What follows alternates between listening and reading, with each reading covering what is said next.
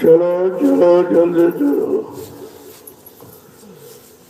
घर जाओ, सत्संग का समय हो गया। सब लोग सामने आके बैठो, एक एक वचन वाणी को बड़ी सावधानी के साथ सुनो। जब वचनों को सुनोगे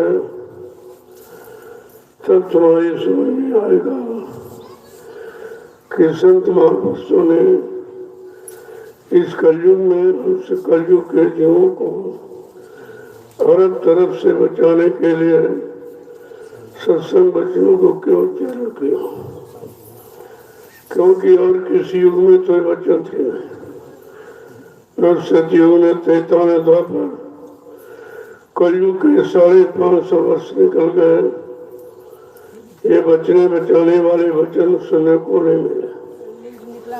ये तो संत महापुरुषों की दया कृपा मेहरबानी हम सब कलयुग के गंदे कमजोर भोगी विलासी जीवों पर हो गई कि उन्होंने हर तरफ से बचाने के लिए वचनों का उच्चारण किया और कहा एक एक वचन को बड़ी सावधानी के साथ इनको पकड़ के रखो। जैसे रुपए पैसे काल के अन्य सामानों को पकड़ के रखते हो, उनसे तुम्हारा कोई भला होने वाला नहीं है। वही एक तुम्हारे फंसाव का कारण है। लेकिन अभी तक आप नहीं समझ पाए हो कि हम जो पकड़े हैं ये हमारे फंसने के साधन की निकलने के साधन। जब वचनों को निरंतर सुनोगे, गुणन मनन करोगे तो बहुत थोड़ा आपको समझ में आ जाएगा, क्योंकि ये वचन बड़े रूखे फीके होते हैं। तभी तो महापुरुषों का संत वचन न टूटे, झटपट लखे न कोय। जो झटपट रखे तो झटपट दर्शन। अगर कहीं समझ में आ गया, तुम्हारे मन ने स्वीकार कर लिया और काल के बनाए कर्मों के जाल से धीरे धीरे अगल होने का प्रयास करने लगे, तो ये वचन समझ में आ जाएंगे।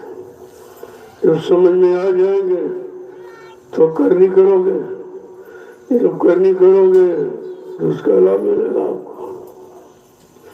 क्योंकि संत मत पढ़ने पढ़ाने सुनने सुनाने का विषय नहीं है, ये करने का विषय। जो कुछ आपसे कहा जा रहा अभी तो केवल एक इशारा मात्र हो, क्योंकि अभी वचनों का खुलासा कर दिया जाए तो तुम्हारी समझ में कुछ नहीं आएगा और तुम छोड़ के चले जाओगे। इतना अनोखा फीका मत है, क्योंकि मन ने जो आज तक सुना, जो पकड़ा है, उसमें मन को रस मिलता है, लेकिन ये भोगों का गंदा क्षणिक रस, उसमें आपको मिलना कुछ नहीं। जो है वो भी तुम्हारा चला जाएगा। कि जा रहा कि मिल रहा, जाने वाले को कह रहा मिला और जो मिल रहा था उसे भूल गया। तो इसलिए बच्चों को बहुत संभाल के सुनो। पड़े रहो दरबार में धक्का धनी के खाओ, कहूँ दीनदयाल की भनक पड़ेगी काम। कहते तुम्हारी सुनवाई और कार्रवाई कब होगी? जब निरंतर दरबार में पड़े रहोगे, बच्चों की मार सहते रहोगे, उधर से इधर चलते रहोगे, तो धीरे धीरे सब समझ में आ जाएगा। अभी तो आपकी समझ में 1% भी नहीं आया और अभी सुनाया भी नहीं गया। सत्संग सुनने सुनाने की तैयारी की जाए और तुमको उसके काबिल बनाया जा रहा। जब वचनों को सुनोगे समझोगे तब तो समझ में आ जाएगा। और तुम यहाँ मनमानी करने लगते हो, अपने मन मुताबिक चलते चलते कितना समय निकल गया। इसी मन की आपने मानी है और उसी की मानने के कारण अभी तक निकल नहीं पाए हो, और यहाँ आ गए तो फिर भी उसी की मान रहे, तो तुम सदगुरु की कब मानोगे? इसलिए महापुरुषों ने स्पष्ट शब्दों में कहा, मन के कहे चलो मत कोई, अब सतगुरु कहे करो तुम सोई। अब वो करो जिससे तुम्हारी बन जाए, बिगड़ी बन जाए। जब समय निकल गया हो तो निकल गया, जो बचा है उसी में अपने बनने की सोचो। आज तक जहाँ आपने लगाया है वो सब बिगाड़ हुआ।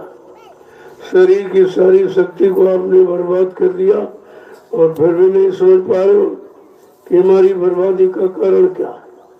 हमें किधर आना चाहिए, अब किधर बैठना चाहिए, किधर सुनना चाहिए, किसकी मानना चाहिए, किसकी मान करके अपने जीवन का सुधार करना चाहिए।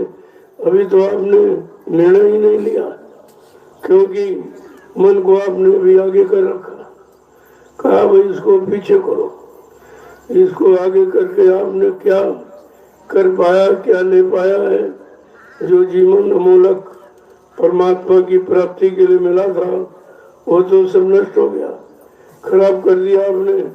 और खराब करके भी नहीं समझ पा रहे हो कि अब बचाओ। अरे गई रही, गई बहुत रही थोड़ी, वो भी जाने वाली है। और रात दिन जा रही, सुबह शाम दोपहर की गिनती में ये सारा अमूलक समय जा रहा है। कब चेतोगे, कब जागोगे, कब समझोगे, कब सोचोगे, कब चलोगे? अपने घर की चलने की तैयारी करोगे।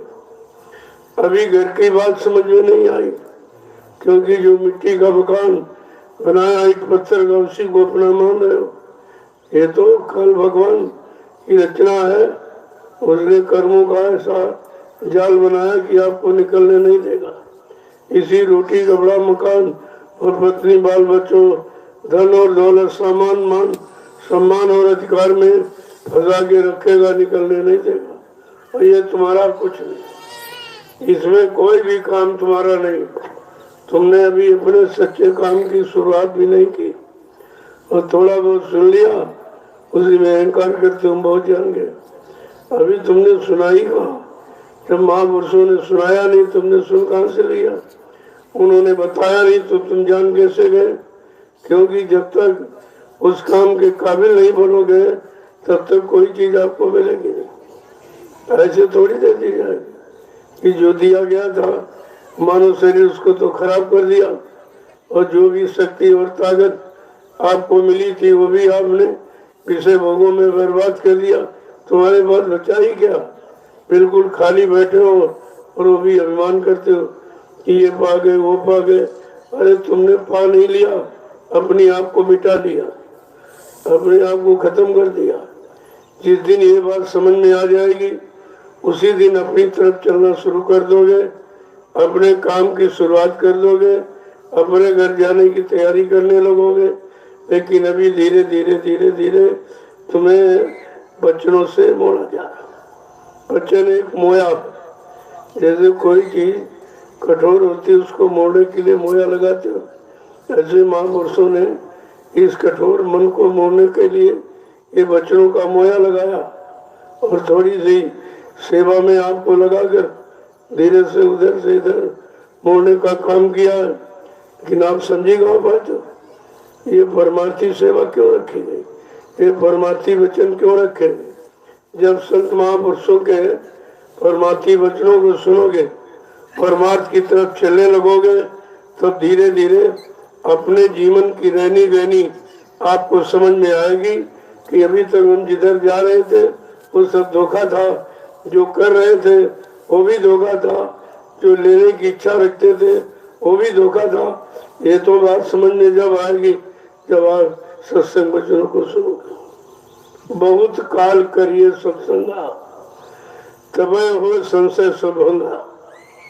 कहा बहुत समय जब सत्संग करोगे, सुनो सुनाओ पढ़ो पढ़ो नहीं करोगे, क्योंकि करने का फल मिलता है और करनी है अनुभव है। जब करनी करोगे वही तो आपका अनुभव होगा और अनुभव आपका पक्का होगा।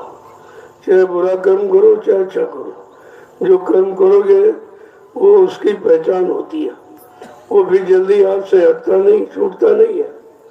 इसलिए अब यह सोचना कि क्या करना क्या नहीं करना, जो अभी तक करते रहे, अगर दरबार में आकर भी वही करते रहोगे तो फिर अभी आप वहीं खड़े हो, हटे कहाँ हो?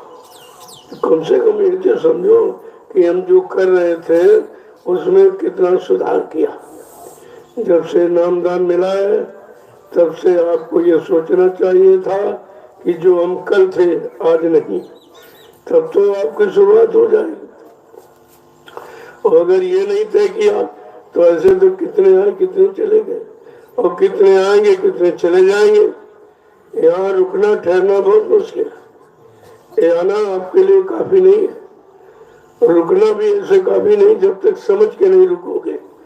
करने के लिए रुकोगे, अपने आप को सुधरने के लिए रुकोगे तब तो रुकना ठीक हुआ। ऐसे तो आप घरों में रुक रहे हो, गांव शहरों में रुक रहे हो, जहाँ रहे वहाँ रुके हो, लेकिन अपने जहाँ रुका है वहाँ आपने किया क्या और उस करने का फल क्या मिला आपको, ये सब विचार करना चाहिए आपको। जय गुरुदेव,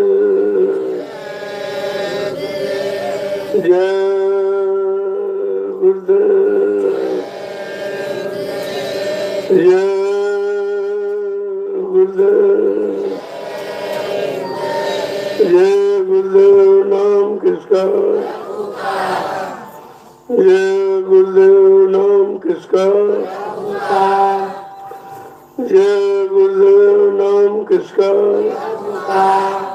प्रभु का प्यारा नाम। देखो नाम से काम होता है। हर युग में जो भी आए सबने नाम को जगाया। अब ये जो नाम जिस लोक मंडल मुकाम से आता उस नाम का स्मरण करना, उस नाम के अनुसार अपने आप को चलाना और उसके आके मुआ का आदेश हुक्म को मानना, तो नाम उस लोग तक पहुंचा देता है। ये नाम की अपनी निजी महिमा उस लोग तक पहुंचा देगा। अब हमें आपको ये विचार करना है कि अभी तक जितने नाम आए वो सब काल के नाम थे, दयाल का कोई नाम नहीं था, क्योंकि दयाल देश से आया नहीं था। और बीच के लोगों से नाम आए और लोगों ने उनको सुमरा लिया और उसी बीच लोग तक पहुंच गए। और बीच लोग के पहुंचने पर तुम वहां से अपने घर नहीं जा सकते, अपने लोग नहीं जा सकते, ऐसा कोई विधान नहीं है। जब अपने घर जाना होगा तो मृत लोग मंडल में आना होगा, मानव शरीर धारण करना होगा, मानव शरीर के जानकार संत महापुरुषों की तलाश करना होगा, उनकी रहनी गहनी में रहना होगा, तब तो तुम अपने घर जा सकते हो। नहीं तो काल के बहुत से नाम आए, सतयुग में, त्रेता में, द्वापर में, ये सब काल के नाम है। इसमें दयाल का कोई नाम नहीं था। जब दयाल का नाम ही नहीं था तो दयाल देव जीवात्मा पहुंची नहीं। वो काल के देश में तक चक्कर लगाती रही और पूर्ण छेड़े मृत लोग के। जब जो पुण्य कर्म आपने किए थे शरीर इंद्रियों से, तो वो उस लोग तक पहुंचने की विधि थी। वहां पहुंचे, जब पुण्य का खाता खत्म हुआ तो आपको मृत लोगों पे ढकेल दिया गया कि जाओ फिर कर्म करो, फिर आओ, फिर कर्म करो, फिर आओ। ये भी आना जाने है। इन लोगों तक आना जाना खत्म नहीं होता जब तक जीवात्मा सतलोक सचखंड अनामी धाम प्रभु धाम नहीं पहुंचोगी, तब तक इसका आवागमन समाप्त नहीं होगा।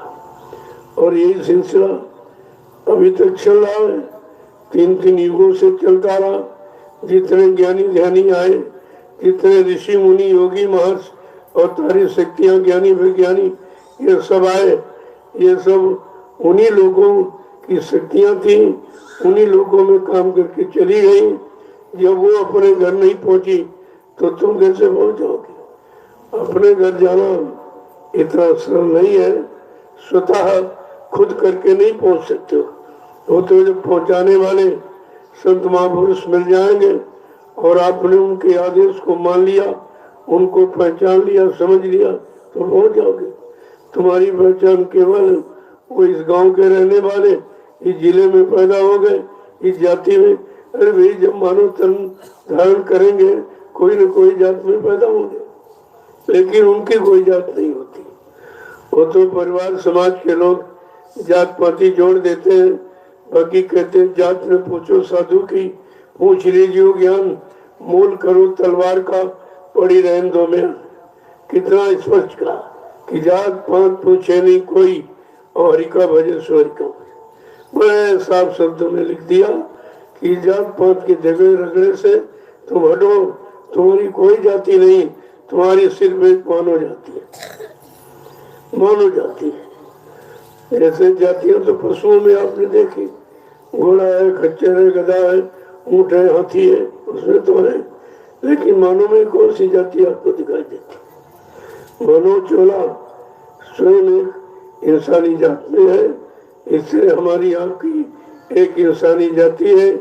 इन इंसानी जातियों में एक ही जीवात्मा है और इन जीवात्माओं का एक ही मालिक है। यहाँ ये सब जगह खत्म हो जाता। जब तक इस तथ्य पर, इस स्तर पर नहीं पहुंचोगे, तब तक इसी खाई से नहीं अलग होगा। सबसे कठिन जाति अपमाना, यह सबसे कठिन है। जो जात पात के घेरे में बने रहे या बंधे रहे, वो कभी निकल नहीं पाए। यह सबसे प्रबल बंधन है काल माया का। खास सबसे कठिन जाति अपमाना, यह सबसे कठिन है। और तुमने अभी तक अपनी जाति नहीं समझी।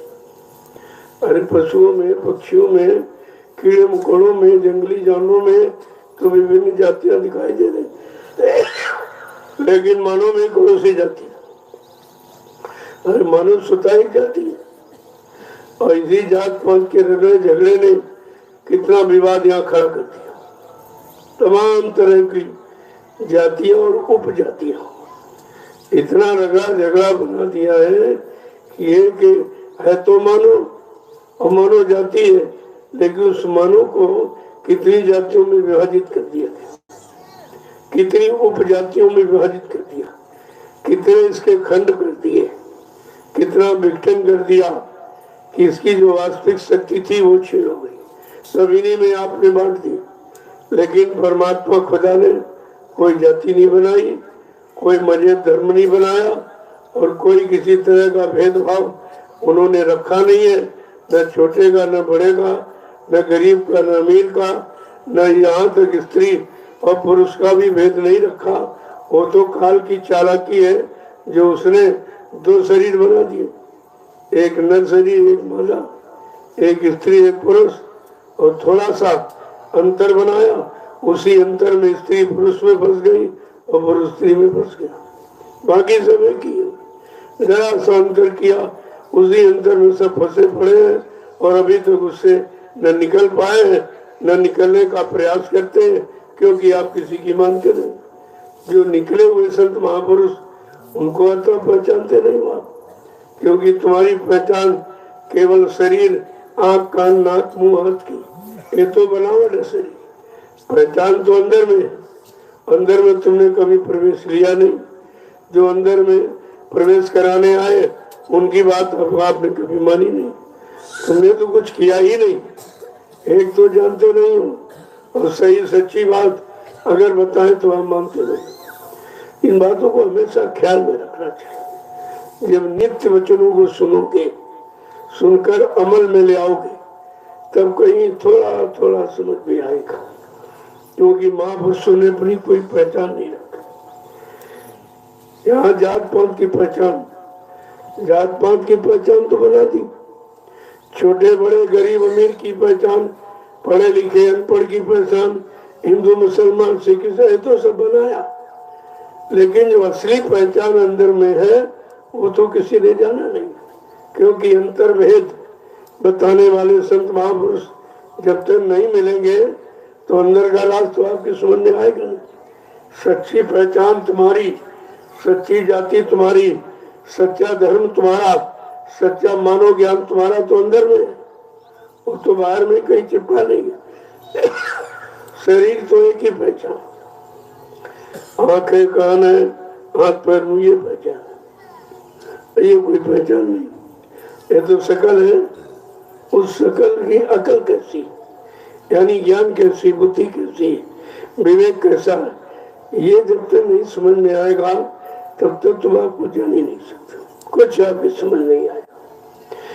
तो कहा काल माया ने मिलकर ये सब प्रपंच किया है, और प्रपंच किसी से सभी लोग करते हो। आप भी दूसरों को फंसाने के लिए कितना नाटक करते हो, झूठ बोलते हो, बेईमानी करते हो, छल कपट करते हो, धोखा देते हो, यानी तरह तरह के तुम भी तो वही काम करते हो।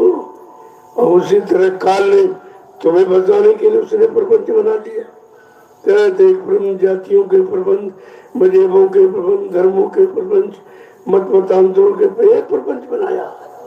उसने इतने प्रपंच बनाए हैं, उनके प्रपंचों को जब ऋषि मुनि योगी महास हजारों वर्ष तपस्या करते रहे वो नहीं समझ पाए। तुमने तो कोई तपस्या नहीं की, तुम कैसे समझ लोगे? तो समझाने वाले आए तो तुमने उनको समझा नहीं, पहले अपने आप को समझो। जब अपने आप को समझने लगोगे तो तुम्हारे अंदर अपनी समझ होगी, और अपनी समझ जब पक्की सच्ची हो जाएगी तो उनको समझ लोगे जो तुम्हें समझाने के लिए आए, सही सच्चे रास्ते पर चलाने के लिए आए, उनकी भी बात आपकी समझ में आने लगेगी।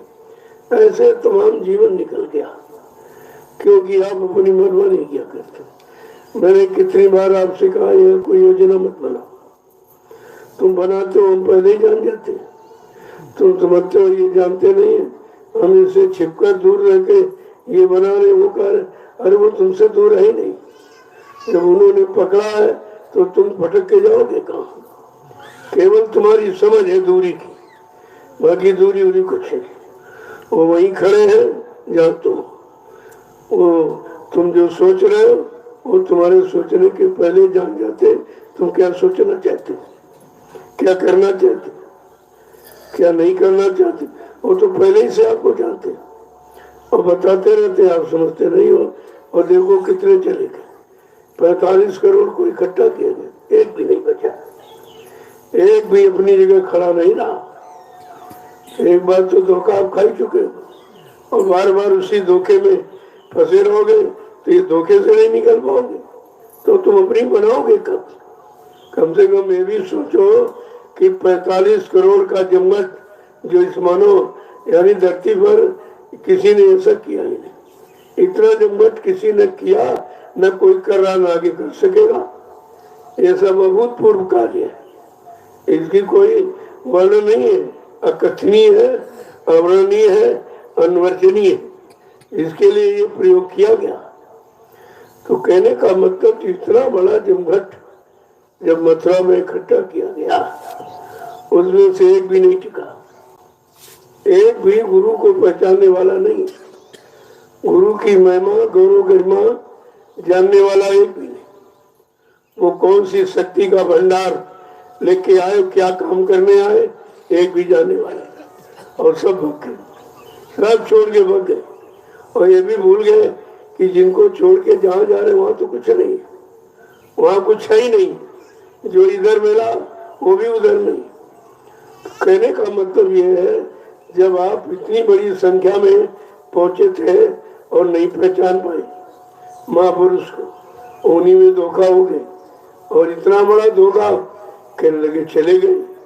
तो आपको तो सोचना चाहिए, कभी तो कोई काम हुआ नहीं, नामदान दिया उसका भी कोई लाभ नहीं, व्यवस्था बनाई उसकी भी कोई लाभ नहीं, कोई काम की शुरुआत नहीं हुई और तुमने उन महापुरुष के जाने की शुरुआत कर दी। कितना बड़ा अपराध आपने किया। ये गुनाह, ये अपराध, ये पाप आपका माफ होने वाला नहीं है। उसी की सजा है ये, जो दर दर की ठोकरें खा रहे हो, अब तुम्हारी कोई सुनने वाला नहीं। और फिर एक जलसा तमाशा आपके बीच में खड़ा किया गया, अब की बार भूल गए, फिर 84 का, फिर छूट उठ कुछ नहीं। अगर अब की बार भटक गए और मतलब यानी अपना काम न कर पाए तो फिर इससे बड़ा अपराध और क्या हो सकता है। काप की चूके फिर 84 जाओ, एक बार चूक गए, चलो भाई माफी हो जाए, इनको एक बार फिर से बता दो, सुना दो, समझा दो। तो मैंने 9 बरस फिर आपको संदेश दिया, वही उन्हीं वचनों की पुनरावृत्ति। और वचन सुनाएगा कौन? जिनके वचन होंगे वही विधि से तौर तरीके से आपको समझा सकते हैं। जिनका समझा हुआ किया हुआ कुछ नहीं, केवल सुना सुनाया पढ़ा पढ़ाया, वो समझा नहीं सकता। जिसने अपने मन को नहीं समझा पाया वो तो दुनिया के सब मन ही तो है सबके पास, और क्या, तब सबके मन को क्या समझा लेगा। इसलिए दरबार में आए हो तो दरबार के तौर तरीके से रहो। तपोभूमि पर आए हो, कुछ थोड़ा बहुत तपस्या करना सीखो। थोड़ी बहुत परेशानी कोई शारीरिक मिल जाए आपको, रहने की, खाने पीने की, तो ये समझ लो भाई तपोभूमि पर आए, कुछ न कुछ तपस्या करेंगे। जब ऐसा भाव बना के रखोगे तो इस तपोभूमि का लाभ मिलेगा। गोस्वामी जी महाराज ने जो रामचरितमानस के उत्तरकांड में इस तपोभूमि का लाभ लिखा है, वो किसी ने पाया नहीं अभी तक। कितने यहाँ गांव बस गए, शहर कस्बे बस गए, लेकिन वो लाभ किसी को नहीं मिला जो उन्होंने लिखा है। तीर्थवर नैमिष विख्याता अति पुनीत, यानी पुनीत शब्द तो आपने पढ़ा होगा। अति पुनीत, अति सर्वत्र वर्जित, अति वर्जित है, लेकिन फिर भी गोस्वामी महाराज ने अति सदप्रयोग किया है। इतना पावन पुनीत है जिसकी कोई उपमा यहाँ कर ही नहीं सकता, कोई बराबरी कर ही नहीं सकता और किसी से प्रमाण यहाँ दिया नहीं जा सकता। ऐसी पावन पवित्र भूमि का किसको लाभ मिलेगा, ये भी उन्होंने खोल दिया ताकि कोई भूल भ्रम में न रहे कि पंडा पुजारी को लाभ मिलेगा, कि कोई मतलब कोई बाहरी शारीरिक इंद्रियों की पूजा पाठ करने वालों को मिलेगा। कहते नहीं, तीर्थवर नैमिष विख्याता अति पुनीत साधक सुखदाता, साधकों को सुख देने वाली। जब किसी संत के साधक नाम की साधना इस भूमि पर करेंगे उनको इस भूमि का पूरा लाभ मिलेगा। कितने लाख वर्षों के बाद ये अवसर आपको मिला है कि आप उस पावन पवित्र भूमि पर आए हो, तो तुम भी थोड़ी बहुत कोई तपस्या कर लो। कोई धूप से, कोई सर्दी से, कोई बरसात से, ये तो बहुत छोटी बात है, क्योंकि विधान तपस्या का है। बिना तपस्या से कोई कुछ चीज दी नहीं जा सकती, और दे दी जाएगी तो तुम रख नहीं पाओगे। जब तुम्हारा कहीं पर परिश्रम मेहनत जब जुड़ा होता है तो वहां बहुत संभाल के रहते हो, और जो मिलता है उसको संभाल के रखते हो। यहाँ तो आपको कोई तपस्या कराई नहीं गई।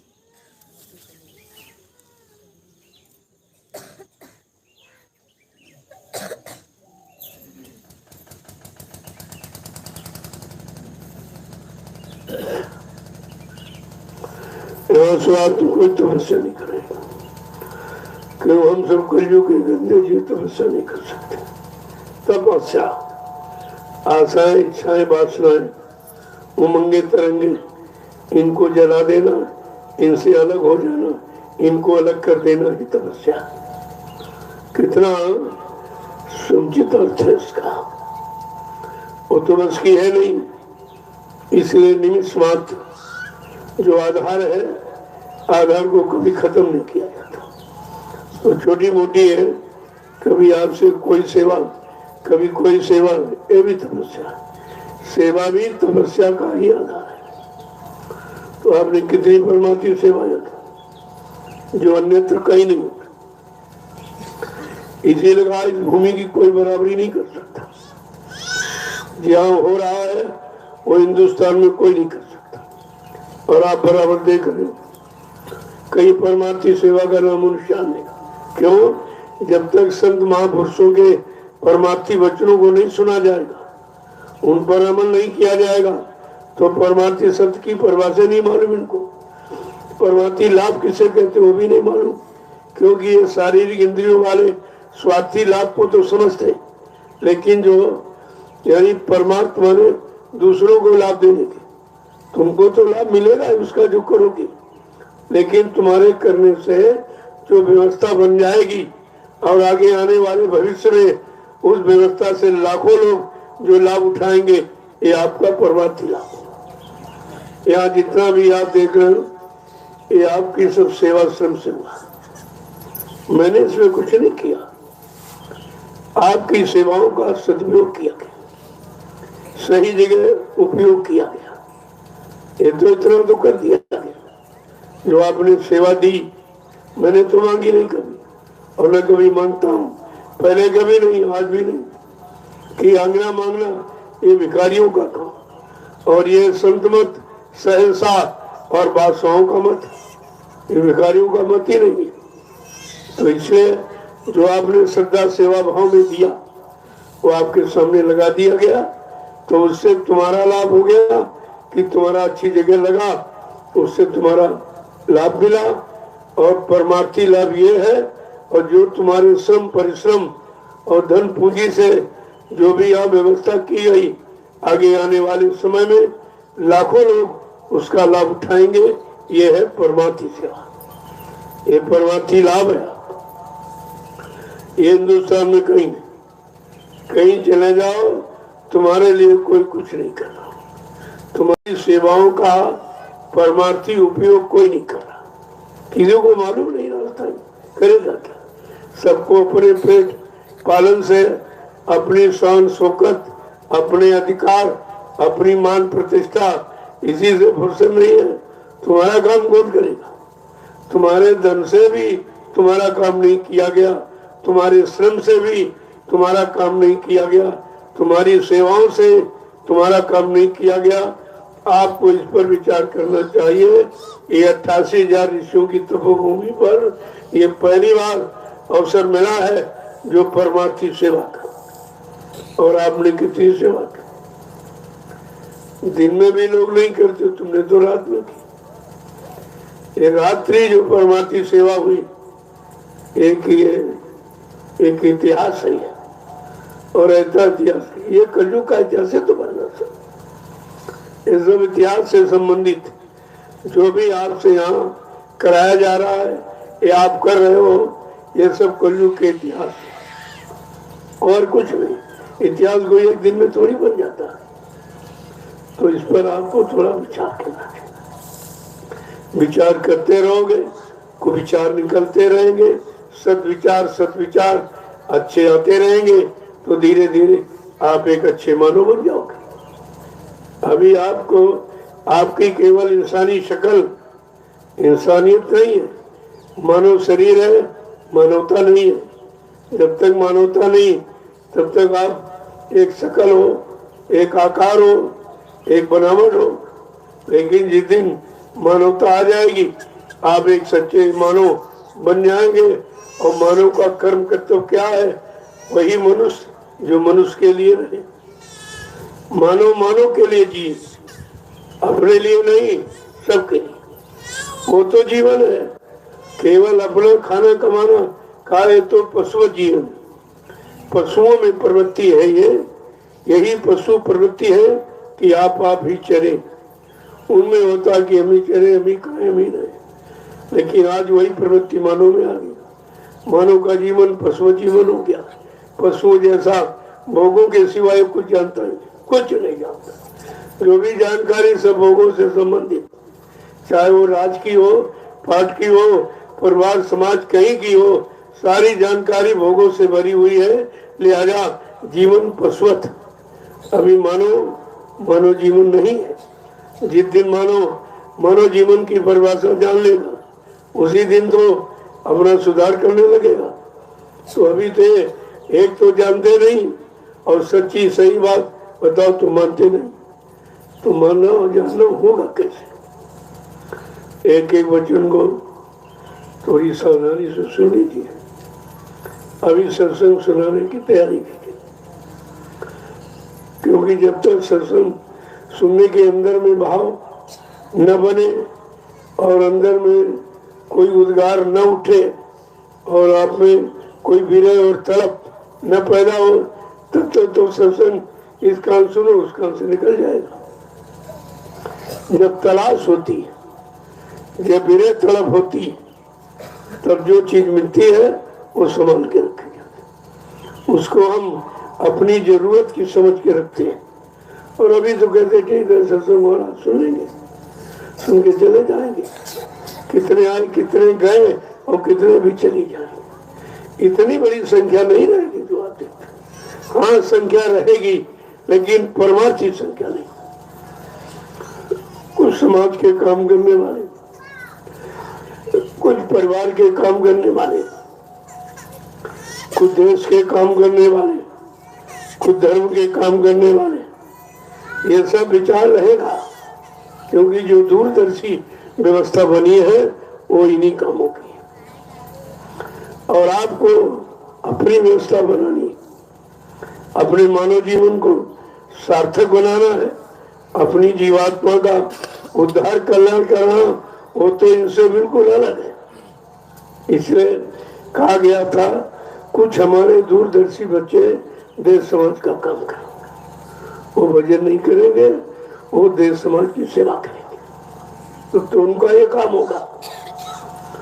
और कुछ धर्म का काम करेंगे, कुछ व्यवस्था के परिवर्तन का काम करेंगे। एक तरह का नहीं है, सभी काम तो बिगड़े पड़े, कोई काम तो हुआ नहीं। और उन काम कैसे होंगे वो भी नहीं कोई जानता। वैसे महापुरुषों ने भूमिका के दौरान ये सब बता दिया कि मैंने दूरदर्शी व्यवस्था का गठन क्यों किया, इसकी आवश्यकता मानव इंसान को क्यों पड़ गई, आगे क्यों पड़ेगी, इसीलिए तो उसको बनाया गया। लेकिन जिसने बनाया उसी को मालूम है। दूसरा सुन करके पढ़ करके कुछ नहीं जान सकता। वो तो जिसने बनाया उसे मालूम ये व्यवस्था किस काम के लिए बनाई और काम कब होगा। कहा मेरी दूरदर्शी व्यवस्था की तारीख दिन घड़ी सब निश्चित है। जब तक वो तारीख घड़ी दिन नहीं आ रहा तब तक मैंने सबको मौका दे दिया।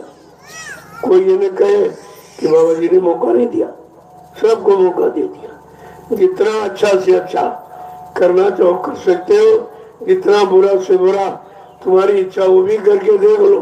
ये सब मौका आपको मिला, लेकिन जब वो घड़ी आ जाएगी तो ये सारी व्यवस्था जैसे झाड़ू लगा के गंदगी अलग की जाती है, ये सारी गंदगी हिंदुस्तान की समेट के एक किनारे कर दूंगा। कितना बड़ा काम है। और कहा हमको ये काम करने में 18 मिनट भी नहीं लगे। कितने कम समय में कितनी बिगड़ी व्यवस्था को बनाना, ऐसा चैलेंज करना, ये इंसान के बस की बात है। यही से लोगों को समझना चाहिए ये समृद्ध मालिक भूमंडल पर कैसे आया और क्यों आया, किस काम के लिए आया, जिसने ऐसी अनोखी अद्वितीय विलक्षण आवाज यहाँ पर लगा दी कि मैं कलयुग की सारी गंदगी को समेट कर मैं एक किनारे लगा दूंगा। मुझको वो गंदगी हटाने में 18 मिनट भी नहीं लगेंगे। यानी कितनी अच्छी भूमिका होगी, अच्छी व्यवस्था होगी कि जिसको सारा विश्व स्वीकार कर लेगा, यानी सबके लाभ का और सबके मतलब यानी कृतार्थ का होगा, तभी तो लोग स्वीकार करेंगे उसको। और ये बता पहले दिया कि मेरे पास ऐसी भूमिका व्यवस्था है जिसके बारे में किसी को कोई जानकारी नहीं। शब्द का तो खुलासा किया गया, लेकिन शब्द की रचना कैसी है, शब्द का विस्तार कैसा। दूरदर्शी एक शब्द है, उसका विस्तार क्या है, उसकी रचना संरचना कैसी है और उसे उसमें काम करने की कितनी क्षमता है, ये तो सब आपको इशारे में कहा गया, लेकिन उसको बिल्कुल लोगों ने भुला दिया। जबकि 18 वर्ष दूरदर्शी का प्रचार कराया गया कि लोगों को जानकारी हो जाए, जानकारी हो। 18 वर्षों में किसी ने कुछ भी नहीं स्वीकार किया। जो थे वो नहीं जान पाए, जो नहीं हो तो उनकी बातें छोड़ दो, वो तो सुना ही नहीं, वो जानते ही नहीं। लेकिन जो इसी में थे, जिनको प्रांतीय अध्यक्ष और जिला अध्यक्ष और तहसील का और ब्लॉक का सब अध्यक्ष मंत्री और सब कुछ बनाया गया, और लेकिन समझ कुछ नहीं। अब तो धीरे धीरे वो सब खत्म हो गए। उसमें से 90% तो खत्म शरीर से चले गए। अगर उनकी बस की व्यवस्था होती तो उनके समय में उन्हीं से करा के उन्हीं को लाभ दे दिया गया होता, तो उन्होंने तो उसके मुताबिक कुछ किया नहीं, और किया तो स्वार्थ में बदल करके अध्यक्ष बन जाएंगे और MP MLA विधायक बन, ये भाव रखकर इसमें आए थे, दूरदर्शी व्यवस्था में शामिल हुए थे। जबकि बाबा जी ने कहा ये व्यवस्था वो व्यवस्था नहीं है, वो किसी व्यवस्था से मिलती जुलती नहीं जो आज तक आपने देखा है, किया रहे हो। ये बिल्कुल अलग थलग, इसका कहीं कोई परिचय नहीं है, कोई जानकारी नहीं है, कोई समझ नहीं रहा है कि आखिरकार दूरदर्शी का मतलब क्या। थोड़ा इशारा करके कहा गया, जो दूर तक जानता है, दूर तक समझता है, दूर तक पहचानता है, दूर तक देखता है और सबकी समस्याओं का यानी समाधान दूर तक कर सकता है लंबे समय तक, उसको कहते हैं दूरदर्शी। ये तो कोई इंसान में तो ये किया नहीं, ये तो महापुरुषों में ही महापुरुष ही दूरदर्शी, उनको दूर तक यानी उत्तरकालदर्शी, वो समदर्शी हैं, सर्वदेशी हैं, सारे संपूर्ण विश्व के लिए आए, एक देश के लिए नहीं आए। जितनी अवतारी शक्तियां वो सीमित क्षेत्र के लिए आई थी, केवल उत्तर प्रदेश में आई, और विश्व तो बहुत बड़ा।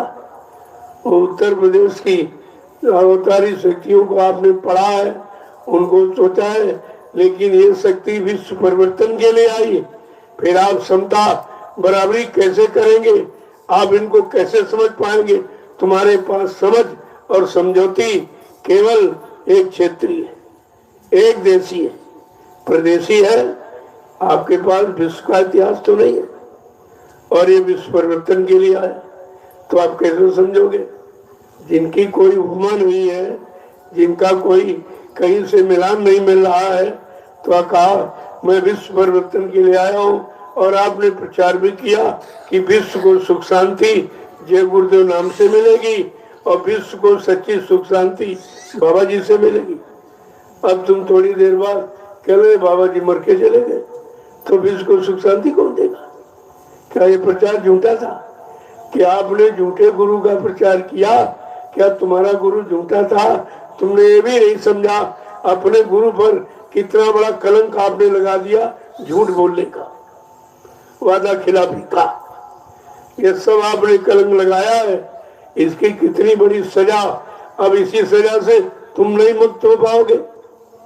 अपने गुरु का अपमान किया तुमने और अपमान को समझ नहीं पा रहे हो, और आज भी कर रहे हो, अब भी अपमान कर रहे हो। चले गए, कभी नहीं आएंगे, कभी नहीं आएंगे, इस शरीर में नहीं आएंगे। ये सब क्या है?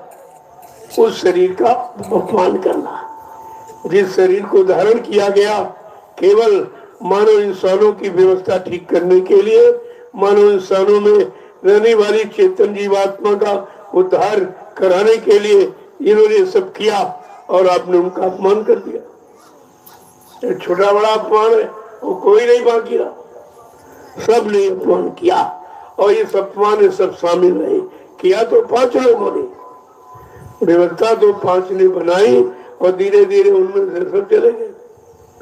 मैंने कहा था शुरू में कि जिन्होंने गुरु को मुर्दा कहा, आप देखते जाइए तुम्हारे सामने वो सब मुर्दा होते चले जाएंगे, सब तुम्हारे सामने। आप देखते जाइए सब तुम्हारे सामने मुर्दा होते चले जाएंगे। जिन्होंने चेतन शक्ति को नहीं पहचाना, हम सब जड़ शक्ति वाले चेतन शक्ति को क्या पहचानेंगे? उन्होंने अपनी पहचान बताई, अपने काम की पहचान, अपने आने की जानकारी, जगह नाम की जानकारी, सब कुछ तो आपको दिया, कोई चीज बाकी नहीं रखा। और फिर भी आप समझ नहीं पाए। चलो समझ नहीं पाए, चुपचाप बैठे रहते, वहां तक ठीक था, लेकिन सब अपमान करने लगे। मौत सबसे बड़ी सजा, अंतिम सजा मौत है। आपने गुरु को भी दे दी। तुम मोती का तो प्रचार कर रहे हो, कर क्या रहे हो? जबकि शुरुआत में मैंने कहा गुरु उसी शरीर में जीवित है, ये आधार हमारा है। जो कहते गुरु चले गए, ये दुर्भाग्य तुम्हारा है। मैंने शुरुआत में यही विचार किया। अपना दुर्भाग्य क्यों बता रहे हो? क्यों मना रहे हो? क्यों सजा पाने के अधिकारी बनने जा रहे हो? क्या समझ में लोगों के आया? और एक दिन नहीं, 9 बरस लगातार पूरे हिंदुस्तान में घूम घूम कर मेरा किसी ने साथ नहीं दिया। और वास्तविक पूछो तो आज भी कोई साथ नहीं दे रहा। आज भी साथ देना किसी को नहीं। मैं जो व्यवस्था बनाता हूँ उसी से आप काम कर रहे हो, उसी से सेवा कर रहे हो, काम कर रहे हो। तुमने तो कोई व्यवस्था बनाई नहीं, तुम्हारी कोई व्यवस्था है भी नहीं, और तुम व्यवस्था बना भी नहीं सकते। तो बनी बनाई व्यवस्था में रहना तो सीखो। बनी बनाई व्यवस्था में अपना काम बना लो, ये तो बुद्धिमानी आपकी होनी चाहिए। और इसमें भी काम नहीं बना पाए तो खुद तो तुम कुछ कर नहीं सकते। तुम्हारे पास केवल निकलने की योजना, भागने की योजना, रहने की, टिकने की योजना तुम्हारे पास नहीं है। वो तो जबरदस्ती आपको रोका गया, किसी तरह से मान सम्मान और कोई सामान इसी से मतलब यानी रुके रहो, लेकिन तो फिर भी भाग जाते हो। ये मन इतना मचलता है कि फिर भी भाग जाता है, फिर भी नहीं रुकता। अरे भाई मान सम्मान, चलो सामान यही ले लो, रुके तो कम से कम रहो। तो रुकना भी बड़ा मुश्किल है। जय गुरुदेव। इसलिए महापुरुषों के कुछ वचन सुनो। अगर ऐसे कहता रहूंगा तो आप कहोगे अपने मन से करके करें।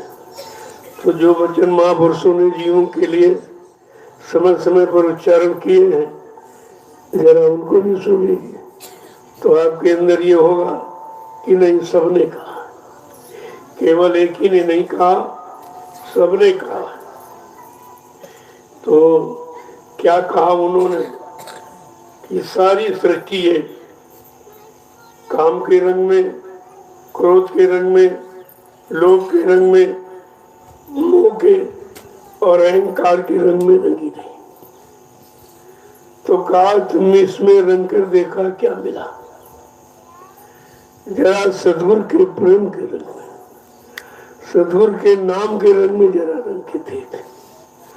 शायद ये रंग ऐसा चढ़ जाए कभी न उतरे।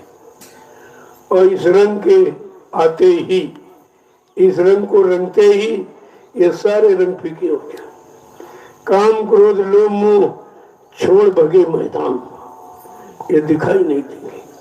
यही तुम्हारे असली दुश्मन है, यही असली ठग और चोर है, जो निरंतर ठगते रहते हैं, आपकी शक्ति का हिरास करते रहते हैं और आप समझ नहीं पाते। तुम्हारा जो नुकसान कर रहा है उनको तुम अपना मान रहे हो। अभी मान्यता भी तो झूठी है। हम उन्हीं को मान्यता दे रहे हैं जो हमारा नुकसान करते हैं, उन्हीं को अपना कह रहे हैं जो हमको लूट रहे हैं। रात दिन हमारी सारी शक्ति का हिरास कर रहे हैं, हम उन्हीं को अपना मान रहे। तो महापुरुषों ने क्या किया? क्योंकि मालिक से मिलने के लिए केवल प्रेम रंग चाहिए, न धन का, न बुद्धि का, न बल का, न विवेक का, न जाति का, न रूप रंग का। ये कोई बल नहीं चाहिए, ये कोई रंग नहीं चाहिए, केवल प्रेम रंग चाहिए। और प्रेम यहाँ है नहीं। जब प्रेम में कमी रहेगी और प्रेम नहीं होगा तो मिलने में बड़ी अड़चन बाधा पड़ेगी। आज हम अपने आप को क्यों नहीं मिला पा रहे? उनकी समझ में अपनी समझ को क्यों नहीं मिला पा रहे? उनके आत्मिक ज्ञान को हम क्यों नहीं समझ पा रहे? हमारी आत्मिक करनी, आत्मिक उद्धार के लिए जो है, हम उसे कर क्यों नहीं पा रहे? क्योंकि हमारे में प्रेम की कमी। जो प्रेम था वो सब नाशवान रिश्तों, नातों में, भोगों में हमने बर्बाद कर दिया। अब प्रेम बचा नहीं। और प्रेम ने उपजे बड़ी, प्रेम ने हाथ बिका है। कहा ये किसी क्यारी में तो पैदा होता नहीं, बाजार में मिलता नहीं, संतों के पास खजाना है। प्रेमी दीवाना होता है। संतों के पास खजाना लूटा किसने? कहा मीरा ने लूटा, सहजोबाई ने लूटा, कबीर नानक, पलटू रैदार, सब ने लूटा। जिन्होंने लूटा और उन्होंने लुटाया भी। ऐसा नहीं कि अपने लिए लूटा था, लूट करके खूब लुटाया। लेकिन हम न लूटने वालों को समझ पाए, न लुटाने वालों को समझ पाए।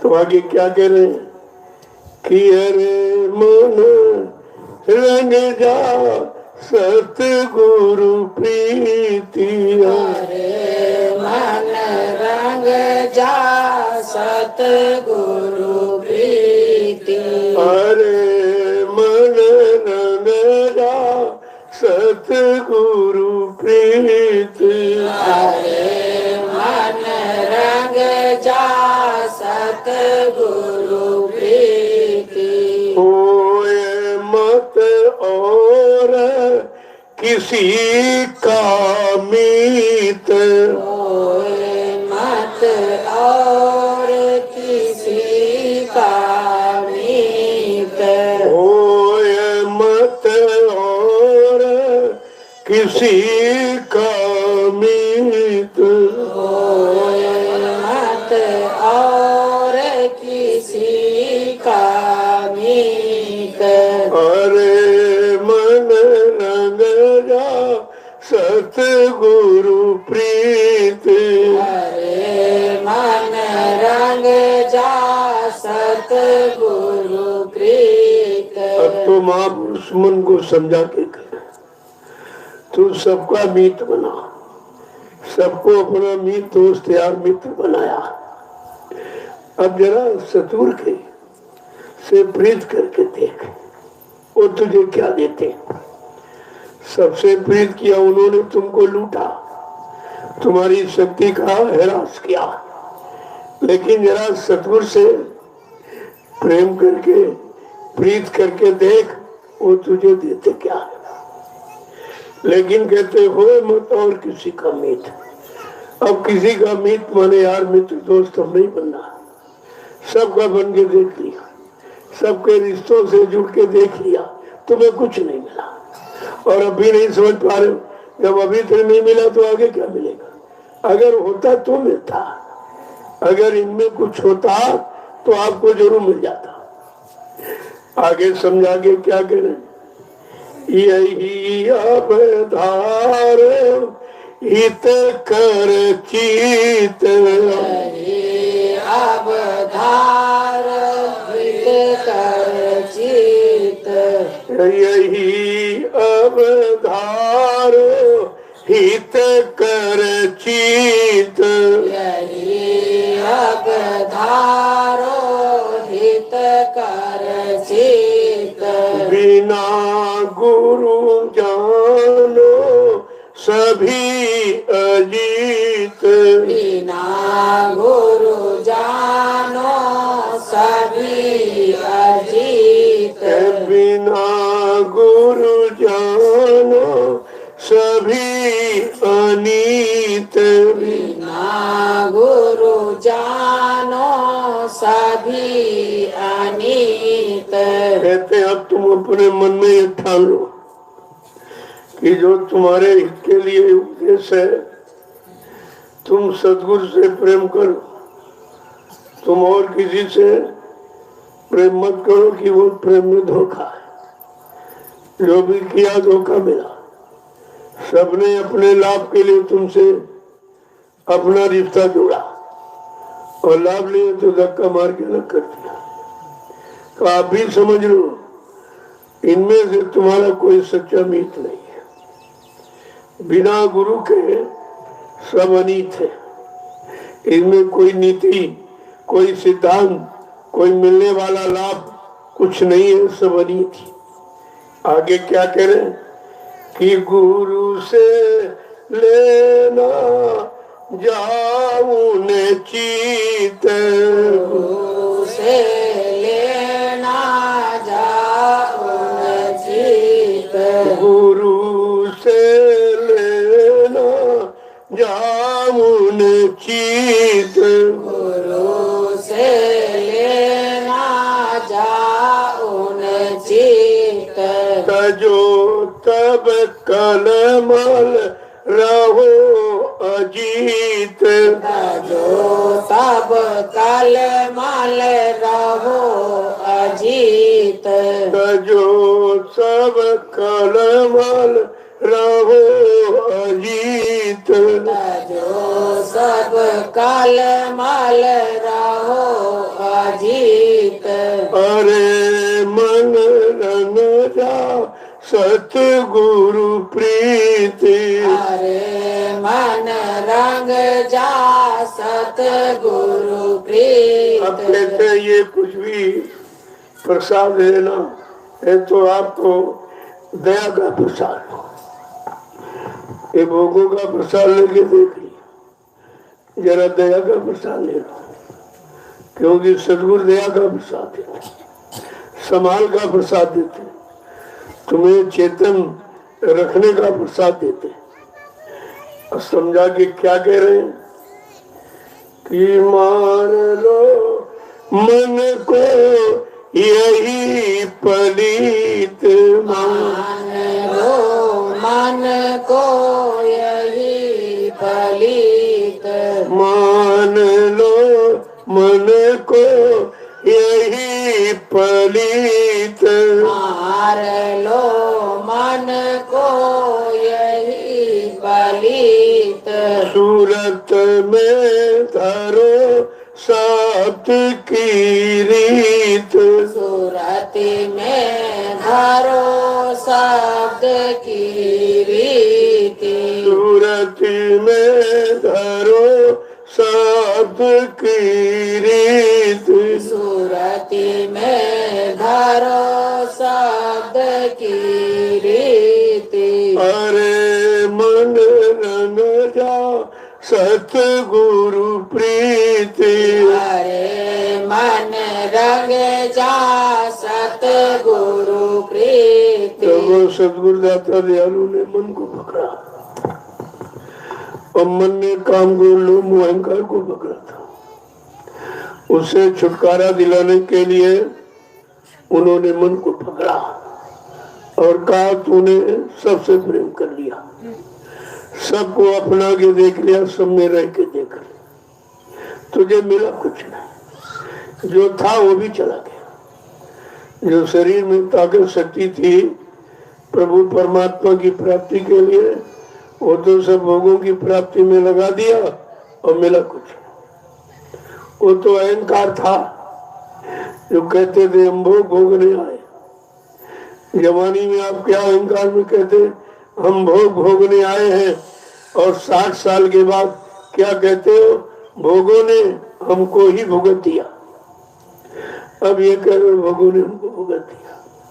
अगर पहले ये समझ में आ जाता कि ये भोग हमसे भुगतान करा रहे, हमारे शक्ति को भुगता रहे, तो शक्ति को बचा के रखते आप और आप सुमरन ध्यान भजन में काम आते। अब शरीर से भी कुछ नहीं हुआ जा रहा, इंद्रियों ने जवाब दे दिया, सब ने जवाब दिया। आंखों ने देखना बंद कर दिया, कानों ने सुनना बंद कर दिया, पैरों ने चलना बंद कर दिया, हाथों ने उठाना बंद कर दिया, दांतों ने चबाना बंद कर दिया, और याददाश्त मन की खत्म हो गई। सबने जवाब दे दिया मेरे में उसका कुछ नहीं, जो था वो तो चला गया। जो शक्ति मिली थी परमात्मा प्रभु के प्राप्ति के लिए, वो तो भोगों में सब गमा दिया। कहा रे अब भी सोचो, अब भी विचारो, कि अब भी संकल्प कर लो कि अब लो नसानी अब न नसी। जो समय वक्त चला गया, जो सोचो की पूंजी, शरीर की शक्ति ताकत सब खत्म हो गई, वो तो चली गई, लेकिन जो शेष बची है अब वो हम इसी में लगाएंगे। अब नाम की कमाई में, दाम की कमाई में नहीं, भोगों की तरफ जाने की तैयारी में नहीं, नाम योग की साधना जो गुरु से आधार मिला है उसी में अब सारा समय खर्च करूंगा। शरीर की जितनी श्वासों की पूंजी बाकी है अब सब इसी स्मरण में लगाऊंगा। सबको स्मरण करके और सब में रह के देख लिया, सबको अपना के। कोई अपना नहीं बना, केवल अपने का सपना था। जो अपने बनने की बात आप में थी वो तो सपनवत साबित हो गई। जैसे रात में तमाम तरह के सपने देखे और आंख खुली, सपना अपना कुछ, वो आंख बंद का सपना था और ये आंख खुला का सपना। आंखों से देख रहे हो, सारे रिश्तों को पकड़ के देखा, सब में रह के देखा और दुख में, ये भी सपना हो गया। वो आंख बंद का सपना, ये आंख खुला सपना, और दोनों सपने ही। और सपना कभी अपना होता नहीं। जब ये बात समझ में आ जाएगी तब आप धीरे धीरे समझने की कोशिश करोगे। कहते हैं मान लो मन का यही पलीत। अब ये असली बात मान लो, जैसे कहते नहीं कि पलीता लगा दिया, किसी को खत्म करने में, जलाने में आप एक पलीता लगा दिया। इसी तरह अब मन के विकारों को, मन में जो रोगों का गंदा छिड़क लेने की आदत जो बनी है, इसमें पलीता लगा दो कि हमेशा के लिए खत्म हो जाए। और जो शेष जीवन या जीवन की शेष शक्ति जो श्वासों की पूंजी बची है वो अब सही जगह प्रयोग हो जाए। क्योंकि महापुरुषों ने आपको हतोत्साहित होने नहीं दिया। का एक घड़ी आधी घड़ी आधी माँ पुनियाप और गोस्वामी संगत साथ की हरे कोट प्राप्त। आधी घड़े में भी उन्होंने विश्वास दिलाया, अगर तुम समझ लो और जान लो और पहचान लो और मान लो और करनी में उतार लो तो आधी घड़ी में भी तुम्हारा काम हो सकता। वो तो काम करने वाले बनने वाले, जिसे काम कराना मालूम उसके लिए अड़ी घड़ी क्या, वो तो पलक बंद कर लो काम हो जाएगा।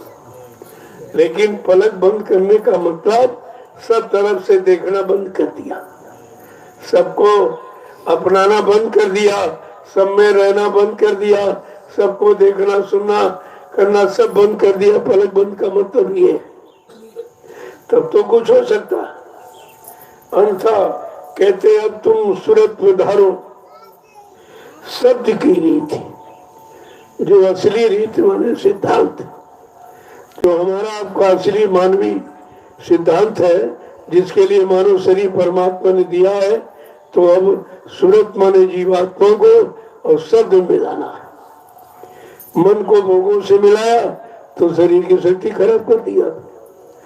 अब जरा सूरत को शब्द से मिला के देखो, और मिलाने के लिए आपको मसाला भी दे दिया, रास्ता आधार सब पकड़ा दिया। अब केवल करना रह गया। वो भी कहते निमिष मात्र, तुम केवल बैठना सीखो। अगर घाट पर बैठना, निमिष मात्र बैठना सीखो तो उसी में तुमको मजदूरी मिल जाएगी, क्योंकि देने वाला जानता है कि कितने कमजोर जीव हैं, इनके बस का कुछ नहीं। लेकिन हम बैठ भी तो नहीं पाए, सब बखड़े हुए, कोई बैठा नहीं, कोई रुका नहीं, सबके साथ। जबकि कहा अरे तुम कुछ मत करना, पड़े रहो दरबार में, धक्का देने के खाओ। धक्का माने जो भी तुम्हारे हित के लिए जो व्यवस्था बनाए, जो करिश्मा या खेल कोई लीला करे, उसे तुम देखो और अपनी जगह बैठे रहना।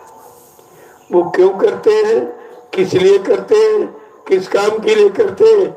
क्योंकि हम आप किसी काम करने के काबिल नहीं है, इसलिए जिससे हमारा आपका उद्धार कल्याण भला होगा वो वही काम करेंगे।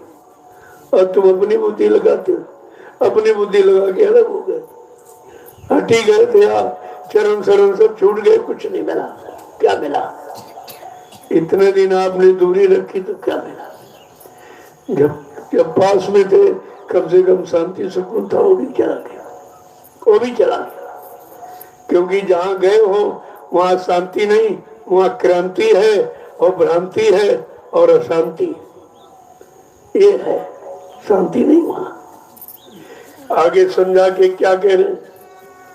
जब सूरत को जो शब्द की रीति, जो सिद्धांत है, कहा जब उसमें चलाओगे तो आगे क्या कह रहे हैं कि चढ़ो तुम नभ में ये जग जीत, चढ़ो तुम नभ में यह जग जीत, चढ़ो तुम नभ में यह जग जीत, चढ़ो तुम नभ में यह जग जीत, गहो अब संतन की ये रीत, अब संतन की रीत, गहो अब संतन की ये रीत, अब संतन की रीत। काव संत महापुरुष ने जो रास्ता बताया, जो जीवन का असली रास्ता, जीवात्मा को घर जाने का असली रास्ता, ये रास्ता यहाँ कहीं नहीं। वेद थके, ब्रह्मा थके, थकी गए शेष महेश, और गीता का जंगम नहीं, वो सतगुरु का देश, उस देश का वो रास्ता बताने आए हैं। बाकी जितने रास्ते आपको पूजा के, पाठ के, तीर्थ के, व्रत के, दान हवन जप के, गंगा स्नान, जो रास्ते आपको बताए गए, ये सब शरीर इंद्रियों को, इसमें आत्मिक आत्मा का कोई रास्ता नहीं था। आत्मा को अपने सच्चे घर परमात्मा से मिलने का कोई रास्ता नहीं है। कितनी पूजा पाठ आप कर लो, लेकिन परमात्मा से नहीं मिल सकते, क्योंकि ये रास्ते शरीर इंद्रियों के रास्ते शरीर इंद्रियों तक सीमित है। शरीर इंद्रियों को लाभ दे सकते हैं, लेकिन आत्मा का कोई लाभ इसमें नहीं। इसलिए संत महापुरुषों ने जब कलयुग में पदार्पण किया तो उन्होंने जीवात्मा के रास्ते की बात कही। क्या कह रहे? चढ़ो तुम नभ में ये जग जीत, अब इस संसार को जीत लो और अब नभ यानी ऊपर चलो। इधर नीचे काल माया का देश है और सबसे ऊपर सतलोक सचखंड अनामी धाम प्रभु धाम, जहाँ की जीवात्मा रहने वाली है, और वहीं से समृद्ध सदगुरु दाता दयालु आए जीवात्मा के उद्धार कल्याण के लिए। कहते चलो तुम नर में ये जग जीत। अब तुमको यहाँ कहीं नहीं चलना है, किसी रास्ते पर नहीं। ये रास्ते सब काल माया के फंसाने वाले रास्ते हैं। इनसे निकलकर तुम अपने घर की तो तुम्हारे घर जाने का रास्ता है सूरज शब्द युग का। उधर आपको चलो और कहे ये सब संतों की, संत महापुरुषों की रीति है कि जीवात्मा जगह अपने घर चल के परमात्मा से मिले, तो उसका ये दुख तकलीफ जन्म मरण का चक्कर सब खत्म हो जाए। आगे क्या कह रहे हैं कि गुरु का नाम समारो चित, गुरु का नाम समारो चित, गुरु का नाम समारो चित, गुरु का नाम समारो चित, लगाओ छीन छीन उनसे प्रीति, लगाओ छिन छिन उनसे प्रीत, लगाओ छीन छीन उनसे प्रीति, लगाओ छिन छिन उनसे प्रीत। आप गुरु ने तुमको नाम का रास्ता दिया, जिस नाम के रास्ते से जीवात्मा का काम होगा। जो नाम यहाँ अभी तक जितने युग में आपको सुनाए गए, उनसे जीवात्मा का कल्याण नहीं होना। वो संसार समाज के कल्याण के लिए आए थे, धर्म की स्थापना के लिए आए थे, सबको समझाने बुझाने के लिए। नहीं माने तो मार काट के खलियान करने के लिए आए थे। लेकिन जब संतों ने जो रास्ता इस कलयुग में दिया है, उससे तुम्हारी जीवात्मा का उद्धार हुआ। बाकी जितना जो कुछ आप कर रहे हो उसमें जीवात्मा का कोई भला नहीं। आगे क्या कह रहे हैं, लगाओ छिन छिन उनसे प्रीति। अब तुम्हारा हर क्षण पल घड़ी उनसे प्रीति लगाने में निकले। अब दुनियादारों, शारीरिक मान सम्मान अधिकार जो नाशवान है, इसमें आपको अपना समय नहीं लगाना।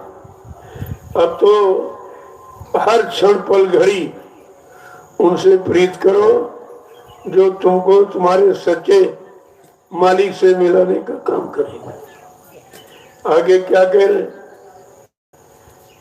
कि गाए सतगुरु ये निज गीत गाओ, सतगुरु निज ये गीत गाओ अब सतगुरु के निज गीत, गाओ अब सतगुरु के निज गीत, जो सब छल बल ममता प्रीति, सब छल बल ममता प्रीत, जो सब छल बल ममता प्रीति, जो सब छल बल ममता प्रीत।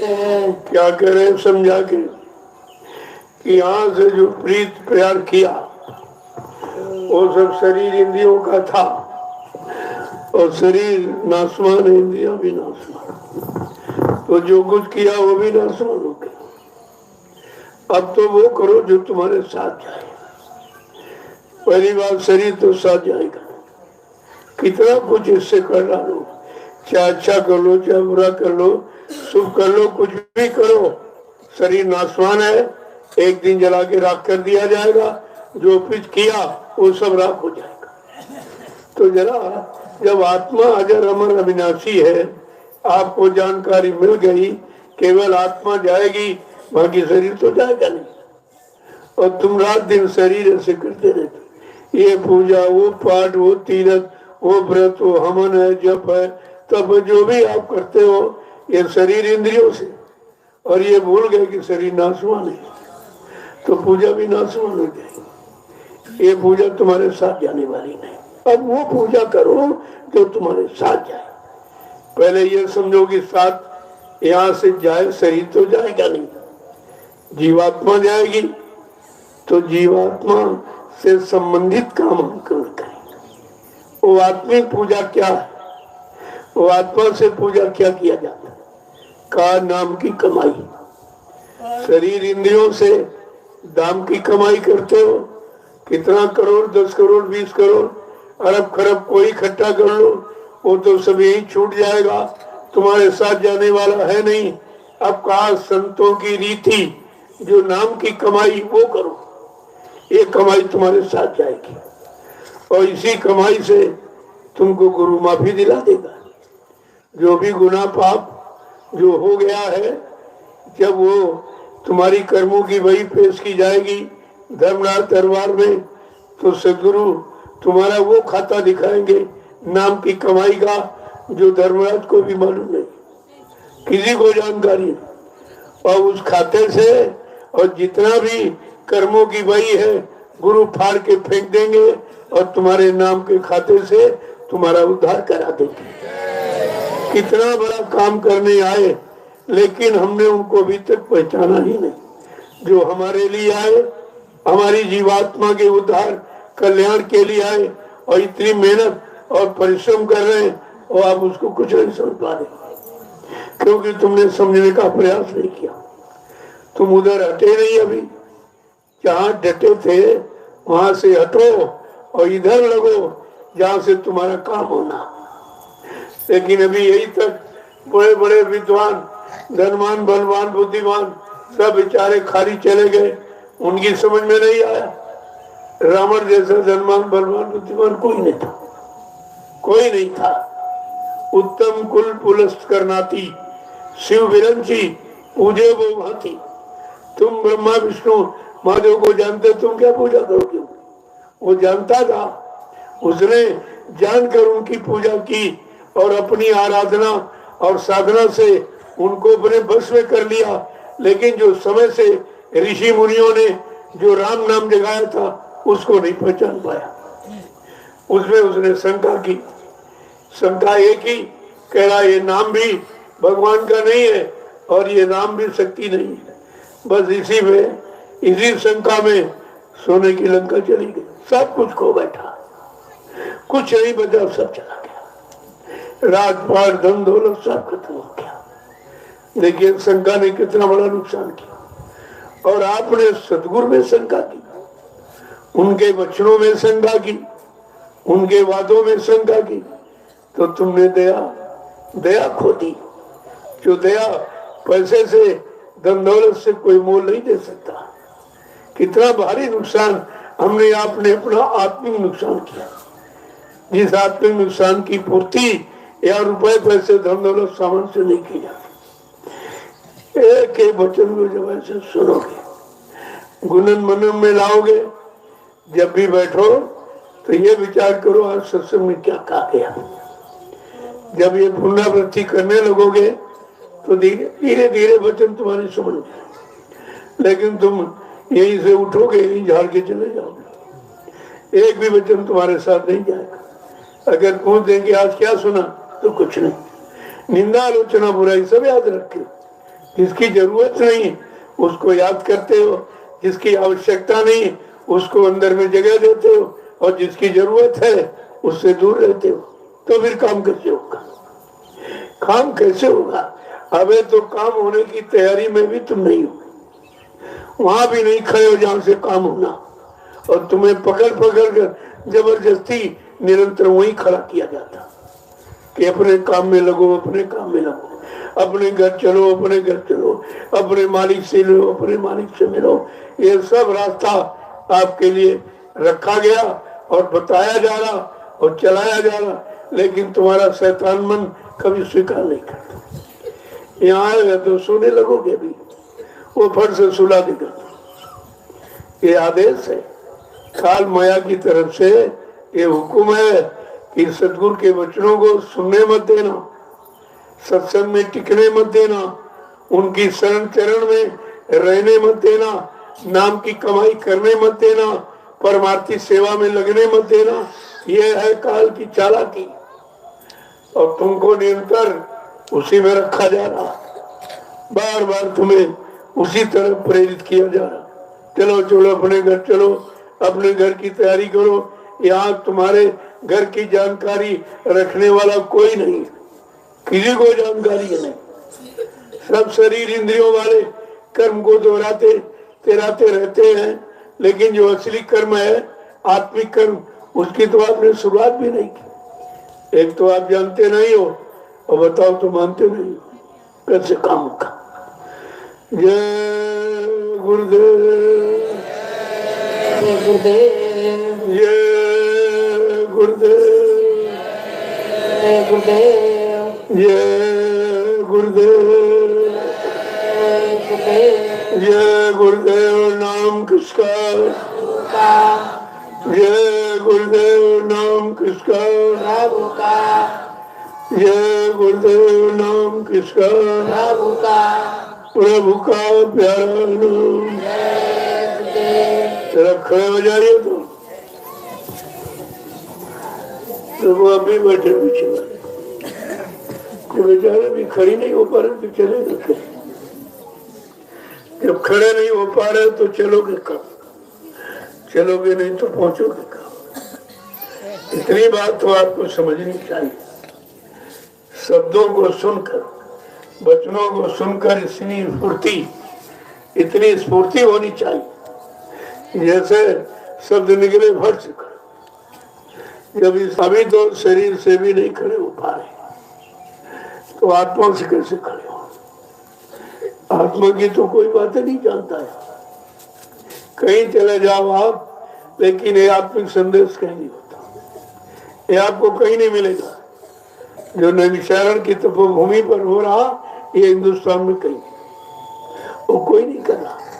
जब कोई जानता नहीं तो बताएगी क्या?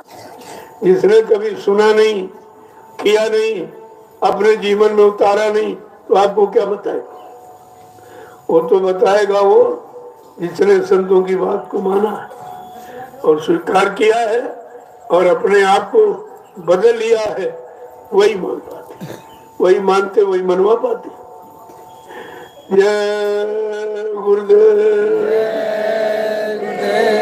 जय गुरुदेव, जय गुरुदेव, जय गुरुदेव। नाम किसका? प्रभु का। जय गुरुदेव। नाम किसका? प्रभु का। प्रभु का प्यारा नाम। जय गुरुदेव। जोर से बोले, जय गुरुदेव। सब मिल बोले, बोलना होगा, अभी से बोले, दुख दूर करेंगे, सब कष्ट हरेंगे, सुख शांति भी देंगे, सबके दाता, सबके मालिक। प्रेम से बोलो, ये नाम नहीं इंसान का, ये काम नहीं इंसान का। देखो नाम सारे काम करने की प्रतिज्ञा दे रहा है, आपसे वादा कर रहा है। जिन जिन युगों में जो नाम आए, जो काम उन नामों ने नहीं कर पाया, वो काम ये जय गुरुदेव प्रभु नाम जो कलयुग के जीवों के लिए जगाया गया, ये काम करने का पूरा वादा करता है। अब आपको नाम की महिमा समझनी चाहिए कि जिस नाम का हम उच्चारण कर रहे हैं वो कौन सा काम करेगा। जो ऋषि मुनि ने उच्चारण किया उनका काम कहाँ तक हुआ, जो अवतारी सखियों ने उच्चारण किया उनका काम कहाँ तक होगा, और जो हम सब कलयुग के जीवों के लिए जो उच्चारण कराया जा रहा, ये नाम क्या करेगा? जब हर युग के नाम पर विचार करोगे तो अपने समय युग के नाम की पहचान हो जाएगी कि हमारा काम समय के नाम से होगा। जब उनका काम उनके समय के नाम से, तो हमारा काम हमारे समय के नाम। तो सीधी बात है। अब सीधी बात हम नहीं सोच पा रहे। कोई त्रेता का नाम उच्चारण कर रहा, कोई द्वापर का, कोई सज्जु का, और कलयुग का नाम को उच्चारण नहीं कर रहा। तो आपको तो भी लाभ भी नहीं मिला, लाभ भी तो नहीं मिला। कितने दिन से लोग सीताराम राधे राम चिल्ला रहे, कोई काम हुआ? परेशानी और बढ़ गई, बीमारियां और बढ़ गई, लड़ाई झगड़े बढ़ गए, चोरी डकैती बलात्कार बढ़ गए, टैक्सों की भरमार, महंगाई गरीबी सब बढ़ गई, कुछ नहीं मिला। उन नामों से तो कुछ आपको मिला नहीं, क्योंकि वो नाम असत्य नहीं है। नाम अपने समय की सत्य, अपने समय की सत्यता रखते हैं कि उस समय जिन लोगों ने नाम का उच्चारण किया उनका काम हुआ और उनका इतिहास भी लिखा। लेकिन तुम्हारा काम उससे नहीं होगा, क्योंकि वो नाम जो काम करने वाले आए वो चले गए, अब उनसे आपका काम नहीं हुआ। उनका नाम लेने से श्रद्धा, सेवा भाव ये तो पैदा हो सकता, लेकिन तुम्हारा काम नहीं, तुम्हारे शरीर का, तुम्हारे परिवार समाज का कोई काम नहीं हुआ। आप देख रहे हो सब परेशानियां बढ़ रही, सब करते हुए भी। इसलिए कुदरत ने तुमको समझाने के लिए पक्का प्रमाण दे दिया कि जिनमें तुम आस्था रख रहे हो वो आस्था तुम्हारा सच्चा रास्ता नहीं है। इसलिए मंदिर, मस्जिद, गिरजा, गुरुद्वारों में ताले लगा दिए गए। ताला कब लगता? जब घर में कोई नहीं रहता। सिद्ध कर दिया इन स्थानों पर कुछ न कोई देवी है, न कोई देवता है, न भगवान खुदा कोई गाड है, न गुरुद्वारों में कोई सच्चा सदगुरु है। ये केवल यादगार स्थल है, यहाँ बैठ के याद किया जाता है। और तुमने भूल भ्रम बस समझ लिया बस यही है, और उन्हीं में जुट गए। असलियत को नहीं समझा, नकल को असल मान लिया और धोखा हो गया। तो कुदरत को ये फैसला देना पड़ा कि देखो ये असल नहीं है, ये नकल है। अगर असल जानना चाहते हो तो इससे हटो और आगे बढ़ो। जो कलयुग में संत महापुरुष आए हैं उनसे मिलो, उनसे मिलो, तुम्हारा काम उनसे होगा। अगर ये पुराने नामों से होना होता तो ये नए नाम को जगाने की जरूरत क्या थी, और संत महापुरुषों को आने की जरूरत क्या थी? इतनी बात तो कम से कम समझनी चाहिए थी।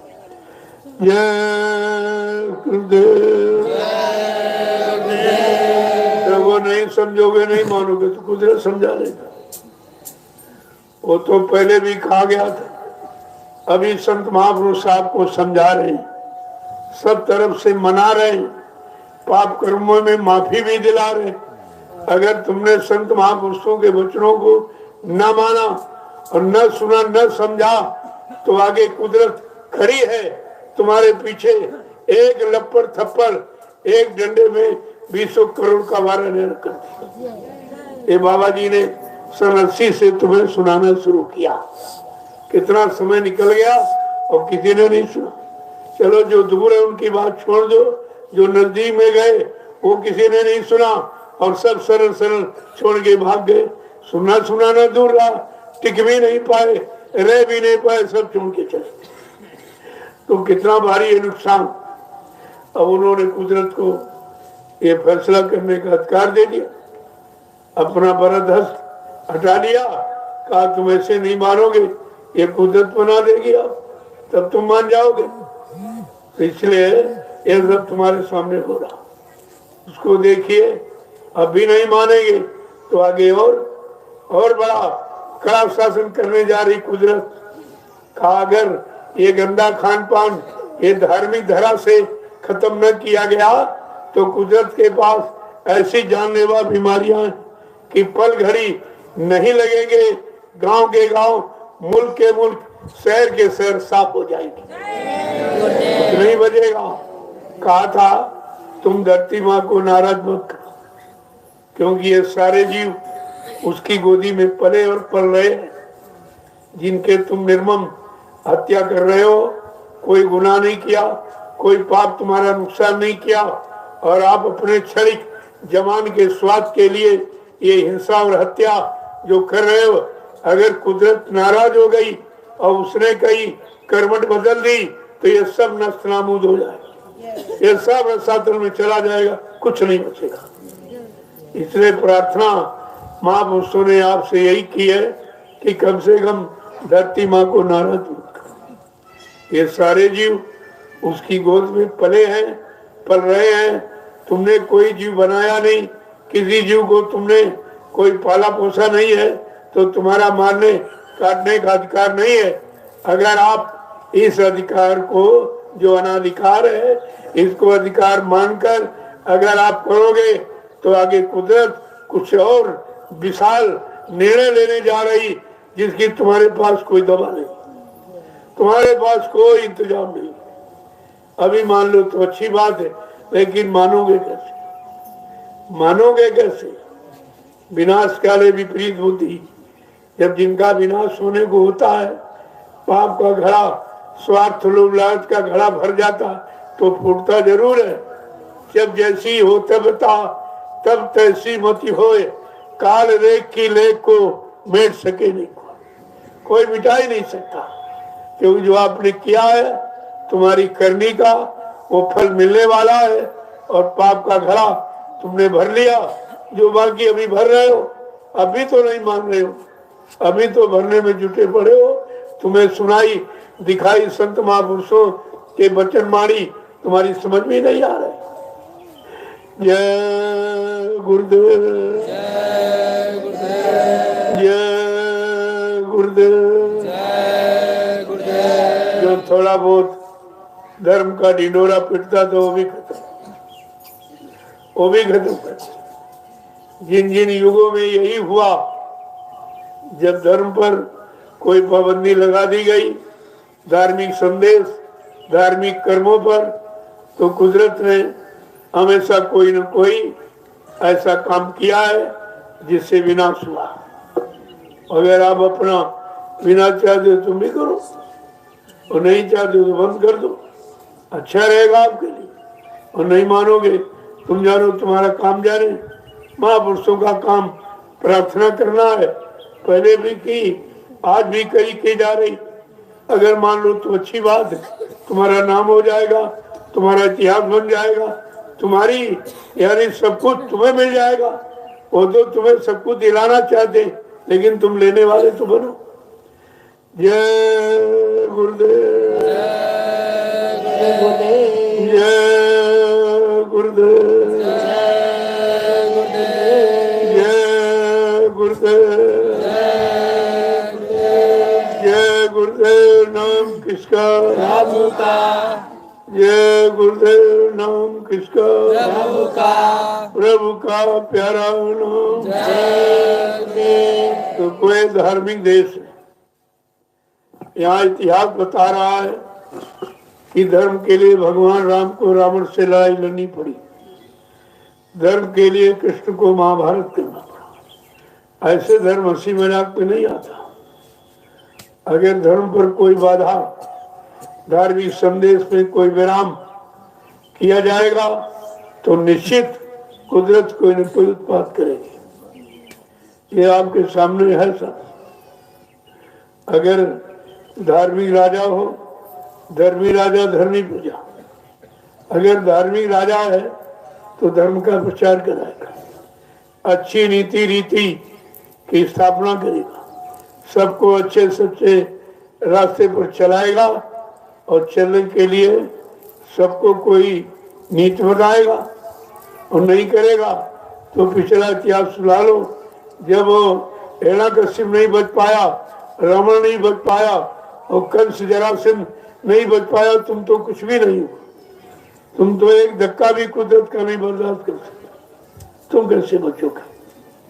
अपने बचने की बात सभी छोड़ते, सभी ढूंढते हैं कि रास्ता मिल जाए बचने का, कोई स्थिति परिस्थिति बन जाए, मतलब बच जाए। लेकिन पता नहीं ये कैसी बुद्धि है, इनकी समझ में कुछ नहीं आ रहा, कोई काम अच्छा नहीं हो रहा। जय गुरुदेव, और आप कोई ना कोई सेवा में लगो। और तो कुछ नहीं कर सकते हो, सेवा ही कर लो, कुछ ना कुछ सेवा जरूर करो। यहाँ आए हो तो बेकार भंडारे की रोटी खाते हो तो कोई ना कोई सेवा करो। सेवा करने के लिए कोई बहाना नहीं है, और न करने वाले के लिए लाख बहाने हैं। तमाम तरह की सेवा है, देख लीजिए आप। ये आश्रम आपका है, ये जमीन आपकी है, इसलिए जमीन पर जो भी कहीं कुछ पड़ा उठाओ, एक जगह रख दो। ये जितना रोड़ी ईटा टुकड़ा ये तुम्हारी पैसे का है, तुम्हारी इसमें कमाई लगी और तुम पैरों से कुचलते चले जाते हो, फट से उसको उठाओ एक जगह पर रखो। ये सब काम आएगा अभी। तुम्हारी एक एक यानी पाई का यहाँ सदुपयोग किया जाए। अब तुम अपनी कमाई की कदर नहीं करते तो दूसरों की क्या करोगे? इसलिए कोई ईंट का रोड़ा, इट्टी गिट्टी कुछ नहीं, ये सब तुम्हारे पैसों से खरीद के आई है, तो आपकी कमाई लगी हुई, तो आपको इससे प्रेम होना चाहिए। फौरन उठाओ। ये आपका कृषि फार्म है जिसमें आपके भंडारे की सब्जियां हैं, अनाज भी आपके लिए हो जाए, ये भी आपके लिए, तो आप भी प्रयोग करोगे, आगे आने वाले कितने लोग इसका प्रयोग करेंगे, तो आपकी यही तो परमार्थी सेवा बन जाएगी। तो इसको देखो, कोई चीज बिगड़ रही है ये समझो, थोड़ा बच्चों को संभाल के रखो, नुकसान हो जाएगा तुम्हारा नुकसान हो जाएगा। अपना नुकसान बचाने के लिए मैंने मना किया था कि बच्चों को मत लाइए। अगर आप बच्चों की संभाल नहीं कर सकते तो मत लाइए, संभाल कर सकते हो, ये मना कौन किया जा रहा, लेकिन व्यवस्था बताई जा रही। अगर ये पौधे छोटे छोटे हैं, ये उखाड़ देंगे, पत्तियां तोड़ देंगे, पत्ते बेकार हो जाएंगे, इसलिए मना किया जा रहा कि व्यवस्था को अगर आप संभाल नहीं रख सकते तो मत आइए, साथ में करें। पहली बात तो बच्चे भजन भी नहीं करने देंगे, सेवा भी नहीं करने। एक औरत एक एक महिला 5-5 बच्चे लेके आई, अब इसे पूछो तुम सेवा करोगी इन बच्चों के साथ, और इन पर क्यों भार अभी से लाद रही भंडारे की रोटी का? जब ये कुछ करेंगे नहीं और यहाँ नुकसान करेंगे तो इन पर भी तो भार लगेगा। तो अपने आप को तो भार से मुक्त नहीं करा रहे, इन पर भार ला रहे। सारे बच्चे उठा के यहाँ ले आए, चलो भंडारे की रोटी खाएंगे। तुम्हें मालूम नहीं है ये रोटी कितनी कठिन है, इसलिए कहा जा रहा, रोका नहीं जा रहा। अगर व्यवस्था में आप सहयोग कर सकते तो रखिए, आप साथ, मना कौन करता। लेकिन अगर यहाँ कोई नुकसान हो जाएगा, एक तो तुमने कोई सेवा की नहीं और बच्चों को लाकर और यहाँ बिगाड़ कर दिया, कितना भारी नुकसान हो जाए, और अब तुमको भोगना पड़ेगा इसे। क्योंकि ये जो कुछ यहाँ खड़ा है ये सब प्रेमियों के लिए, आगे आने वाले लोगों के लिए तो सेवा खत्म हो जाएगी। अगर कोई उखाड़ देगा, तोड़ देगा, फेंक देगा, तो या तो बच्चों की देख रेख रखिए आप, या तो लाना मत उनको। ये सब समझदारी का काम है। और एक टोली रखो, जब बड़ा कोई कार्यक्रम हो तो एक टोली ये फसल की निगरानी के लिए धीरे धीरे प्रयास किया जा रहा है कि सारी बाउंड्री हो जाए, तार लगा दिए जाए, कोई जाने नहीं पाएगा। लेकिन अभी इतनी व्यवस्था नहीं हो पाई है, क्योंकि मैं कोई सेवा नहीं मांगता। जो दर्शन सेवा से कितना बड़ा काम आप करोगे। दर्शन सेवा तो कभी किसी ने कुछ कर ही नहीं पाया, वो तो अपने खर्चे में लेता, क्योंकि वो उसकी मेहनत है, वो अपने खर्चे में ले लेता। लेकिन यहाँ ऐसा नहीं है, मेहनत तो आपके साथ की जा रही। बड़े बड़े कार्यक्रम में आप देखते हो, मैं 4 घंटे बोलता हूँ और 8 घंटे मिलता हूँ, 12 घंटे बैठ के जब बैठता हूँ एक जगह पर एक आसन में, तब 10 रुपए निकाल के देता। कितनी मेहनत का पैसा, और आप इसकी कीमत नहीं समझते। मैं उसका दुरुपयोग करना नहीं चाहता हूँ और अपने प्रयोग में लेना भी नहीं चाहता हूँ। इसे आपको समझना चाहिए, कितनी मेहनत से ये काम किया जाए। यहाँ कोई फोकट का माल नहीं है, कोई सेठ साहूकार से पैसा नहीं लिया जाता कि मतलब लाख 2 लाख करोड़ 2 करोड़, ऐसा यहाँ कुछ नहीं। जो प्रेमी श्रद्धा सेवा भाव से 1 रुपए 2 रुपए 10 20 50 रुपए देता, उसी से कितना बड़ा ये काम आपका हो गया और कितना बड़ा काम हो रहा है, क्योंकि इसमें श्रद्धा जुड़ी हुई। अब तो लगाने वाले पर निर्भर है, अगर उसी सेवा भाव में लगाता रहेगा तो बहुत कुछ हो जाएगा। अपने प्रयोग में अपने मान सम्मान में खत्म कर देगा तो कुछ नहीं होगा, कुछ भी नहीं बचेगा। जय गुरुदेव, जय गुरुदेव, जय गुरुदेव, जय गुरुदेव। जय गुरुदेव। नाम किसका? प्रभु का। वैसे प्रेमी देना चाहते, आप उनके पास जाते नहीं। अपने अपने जिलों में, तहसील ब्लॉकों में अगर जाना शुरू कर दे तो अब तक बहुत कामयाब हो जाता, बहुत काम हो जाता। कुछ प्रेमी बेचारे आ नहीं पा रहे हैं, इतना वो बंद गए बेचारे, उनके पास समय नहीं, लेकिन सेवा देना चाहते। आप और की अगर उनकी सेवा लाकर लगा दो तो तुमको लाने का लाभ और उनको सेवा लगाने दोनों को लाभ मिल जाए। तुम बात तो समझते नहीं। जब कुछ कोई नहीं निकलोगे, कोई नहीं जाओगे लाओगे, तो हमारा ये दर्शन सेवा से जितना होता रहेगा करता रहूंगा। अभी लग तो लॉकडाउन था, कुछ नहीं था। अब थोड़ा सा समय मिला है तो मैं बैठना नहीं चाहता। मैं तो निकल करके पूरे देश में प्रेमियों के पास जाकर या तो उनको बुला लेता हूँ और नहीं तो उनसे जाके मिल लेता हूँ। ये तरीके दोनों हैं और उन्हीं की सेवा से हो रहा। ये सब देखिए आप, ये करोड़ 2 करोड़ लाख 2 लाख से नहीं, 10 20 50 से ऐसा काम तो कभी किसी ने किया नहीं। इतनी छोटी सेवा से इतना बड़ा काम, ये लोगों के लिए बहुत बड़ा प्रमाण है, बहुत बड़ी सीख है। कम से कम इसी तरह आप किसी की सेवाओं का दुरुपयोग न करें और ऐसी जगह प्रयोग करें कि उसको भी लाभ मिले, और जहां वो लग जाए उसकी सेवा तो आगे आने वाले लोगों को लाभ मिले। यही तो सच्चा परमार्थी काम है और आपको इसे सोचना चाहिए। और ये सब काम यहाँ होता आपके सामने हो रहा है। मेरा कोई काम पर्दे में नहीं, सब खुला। जो आपने दिया ये सामने लगा है, तो दे रहे हो। इधर उधर आवाज हो रहा, सोच रहा थोड़ी सी जगह मिल जाए तो आपके आवास की, लैट्रिन बाथरूम की हमको बहुत बड़ी चिंता है। एक व्यवस्था ये हो जाए बस ठीक है, और सब तो ठीक है। ये 2 चीजें बहुत जरूरी है, और ये हो जाए फिर धीरे धीरे तुम्हारे आराम सुविधा की और भी चीजें बनती जाएगी। उसी तरह आपको लाभ मिलता जाएगा। प्रयास तो पूरा किया जा रहा, लेकिन एक छोटी सी पूंजी से जितना हो सकता उतना किया जा रहा। जय गुरुदेव, जय गुरुदेव। वो मेरा तो कोई खर्चा है नहीं।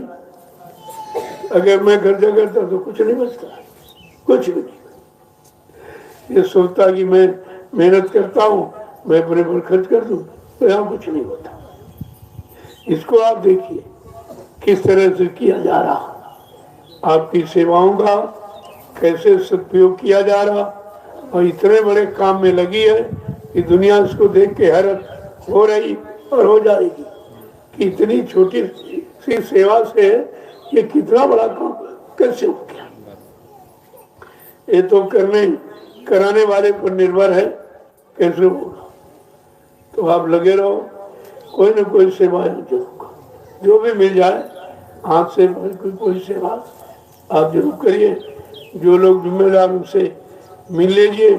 कहाँ कोई काम चल रहा, सेवा चल रही, तो वहाँ जाके हम लग जाएंगे, क्योंकि अभी ज़्यादा लोग नहीं हैं, थोड़े लोग हो तो छोटी मोटी सेवा। जब ज़्यादा लोग आ जाएंगे तो बड़ी सेवा बता दूंगा।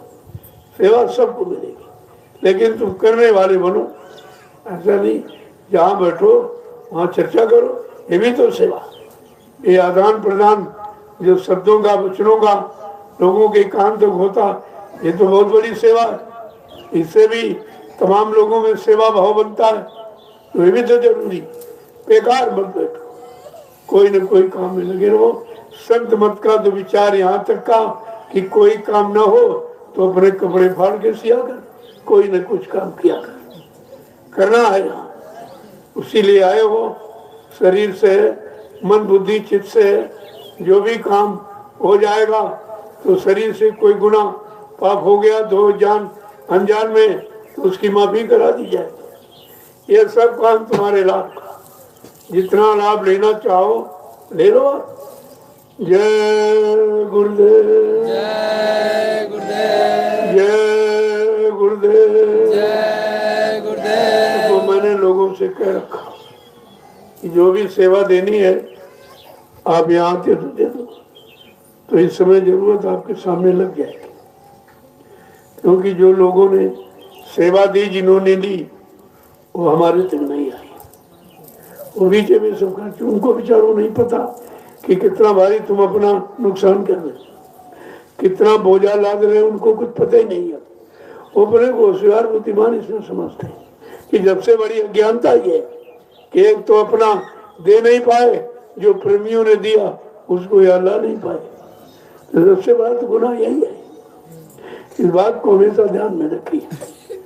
करते रहोगे मिलता रहेगा, नहीं करोगे नहीं मिलेगा, और दूसरों को लाद देखो। यही तो यहाँ चली रहा, सब यही करते।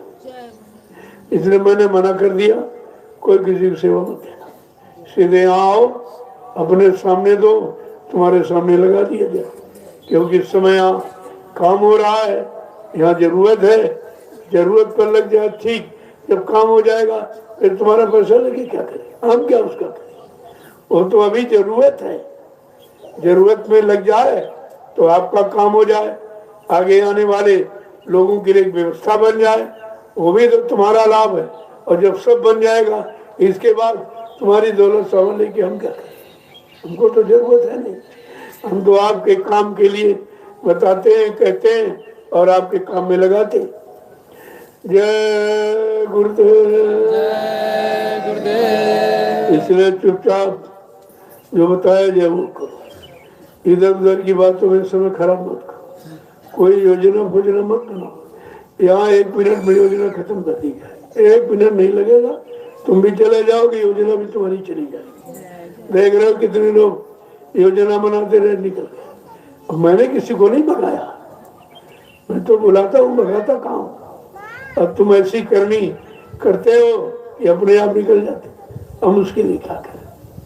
वैसे ये दरबार तो बुलाने का है, सबको बुलाया जाता, सब लोग आइए, अच्छे काम करो, अच्छे काम में लग जाओ, तो सबको बताया जा रहा।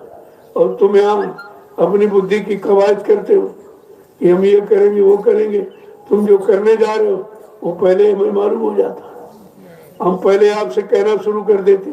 तो संगों में बराबर हिदायत करता हूँ भाई, कोई योजना मत, तुम अपने घर जाने की योजना से बताओ, अपने पाप कर्मों में माफी मिल जाए वो योजना सोचो, उससे तुम्हारा लाभ है।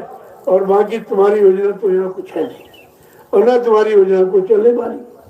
तुम योजना बनाते बनाते निकल जाओ, कितने चले गए कितने चले जाएंगे। यहाँ योजना कर्मों के निवारण की है और तुम यहाँ नवीन कर्म बनाते रहते हो, उल्टा करते तुम। जय गुरुदेव, जय गुरुदेव, जय गुरुदेव। नाम किसका, जय गुरुदेव। नाम किसका, प्रभु का प्यारा नाम। सतयुग कौन लाएंगे, कलयुग कौन भगाएंगे, सुख शांति कौन लाएंगे।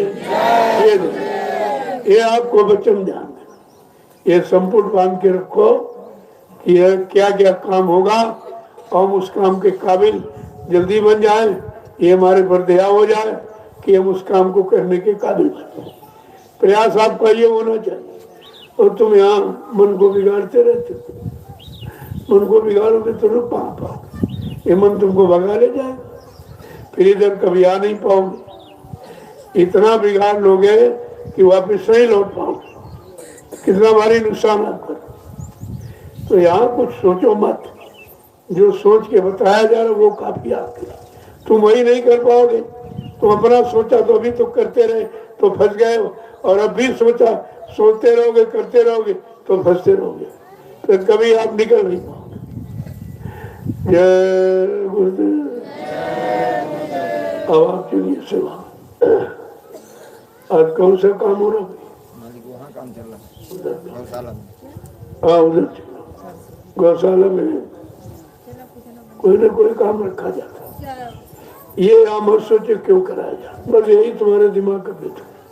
कभी कहा जाए इसको बिगाड़ो, फिर इसी को बनाओ, फिर बिगाड़ो, फिर बनाओ। तुमको ये सोचना चाहिए कि इसी बनाओ बिगाड़ में तुम्हारा काम हो जाएगा। तुम्हें आप बंदे बनाने क्या सोचते हो? तुम्हारे बस का कुछ है बनाना है? इसलिए अपनी बना लो, ये लगाओ कि हमारी बन जाए। चाहे यानी बिगाड़ने में चाहे बनाने में लगा दी। जब समाधि बनाई गई वो मथुरा में, वो मंदिर जो बना, जब नींव डाली गई थी बहुत मजबूत थी। कह दिया गया भाई ठीक नहीं, मजबूत है, इसके बिगाड़ो। अब लोगों की चर्चा शुरू हो गई, क्या है ये भी कोई बात है, बनाओ बिगाड़ो। इतनी मजबूत बनी, इतना पैसा लगा, इतना समय लगा, कहते इसको बिगाड़ो, इसको बिगाड़ो। तो सत्संग में कहना पड़ा कि तुम ये मत सोचो कि हाँ कुछ बनाओ बिगाड़। कुछ लोगों के कर्म बनाने में कट गए और कुछ के बिगाड़ने में कट जाएंगे। तुम अपने कर्म काटो, घर चलो। यहाँ बनाओ बिगाड़ मत सोचो क्या बनाया जा क्या। यहाँ तो कभी कहेगा एक छप्पर उठाए, कभी कहते गिरा दो, और तुम बुद्धि लगाने लगोगे कभी बनाया गया था, अब कहते गिरा दो। तुम्हें क्या मालूम कि बनाने में किसके कर्म काटने हैं, बिगाड़ने में किसके काटने। वो तो कर्मों का कटाई छटाई है, और किस तरीके से होगी वो आपको रास्ता मालूम नहीं। इसलिए कभी अपनी बुद्धि मत तोड़ाओ। यहाँ जो भी किया जा रहा सब बुद्धि के परे का, ये परिवर्तन मानव बुद्धि के परे। न मानव सोच सकता, न मानव कर सकता, न मानव विश्वास ही कर सकता। वो काम करके दिखाया जाएगा। उस चमत्कार को पूरा विश्व नमस्कार करेगा। ऐसी योजना है, और योजना में लगे रहो। योजना जो बना दी जाए वही तुम्हारे लिए बहुत। तुम अपनी योजना बना लेते, तुम्हारी योजना से अभी तक तुमने अपना कोई काम कर पाया, कोई सफलता आपने प्राप्त की है, कोई अपना भला कल्याण कर पाया, तो इसमें समय खराब क्यों करते? क्यों समय खराब करते? रोज कहा जाता, रोज इतना खुद ही यहाँ काम है, उसी से करने से फुर्सत नहीं। इतनी योजनाएं खुद बनी जिनको संपन्न करने के लिए सर्व समय पूंजी सब चाहिए, वो तो पूरा नहीं हो पा रहा। तुम अपनी बनी योजनाएं बनाते रहते जिनसे कुछ होने वाला नहीं। न तुम्हारा भला न दूसरे का भला होगा। ये सब सोचा विचारा करो। जय गुरुदेव, जय गुरुदेव। जो इस भूमि पर ले आया है उसके बाद सारी भूमिका, सारी योजना तुम्हारे लाभ की। अब धीरे धीरे जैसे जैसे तुम्हें लाभ के काबिल देखा जाएगा, आपको सौंप दिया जाएगा। तो तुम्हारे लिए तो सब बनाया ही गया। लेकिन पूत, सपूत और कपूत तीन होते हैं। पुत्र वो है जो पिता की संपत्ति को बरकरार रखे, सपूत है जो बढ़ा दे, और कपूत है जो मिटा दे। तो तीन रिश्ते होते हैं। तीन में से आप कौन किस रिश्ते को स्वीकार किए, तो बात आपको समझनी चाहिए। जय गुरुदेव। अब चलिए सेवा में लोग।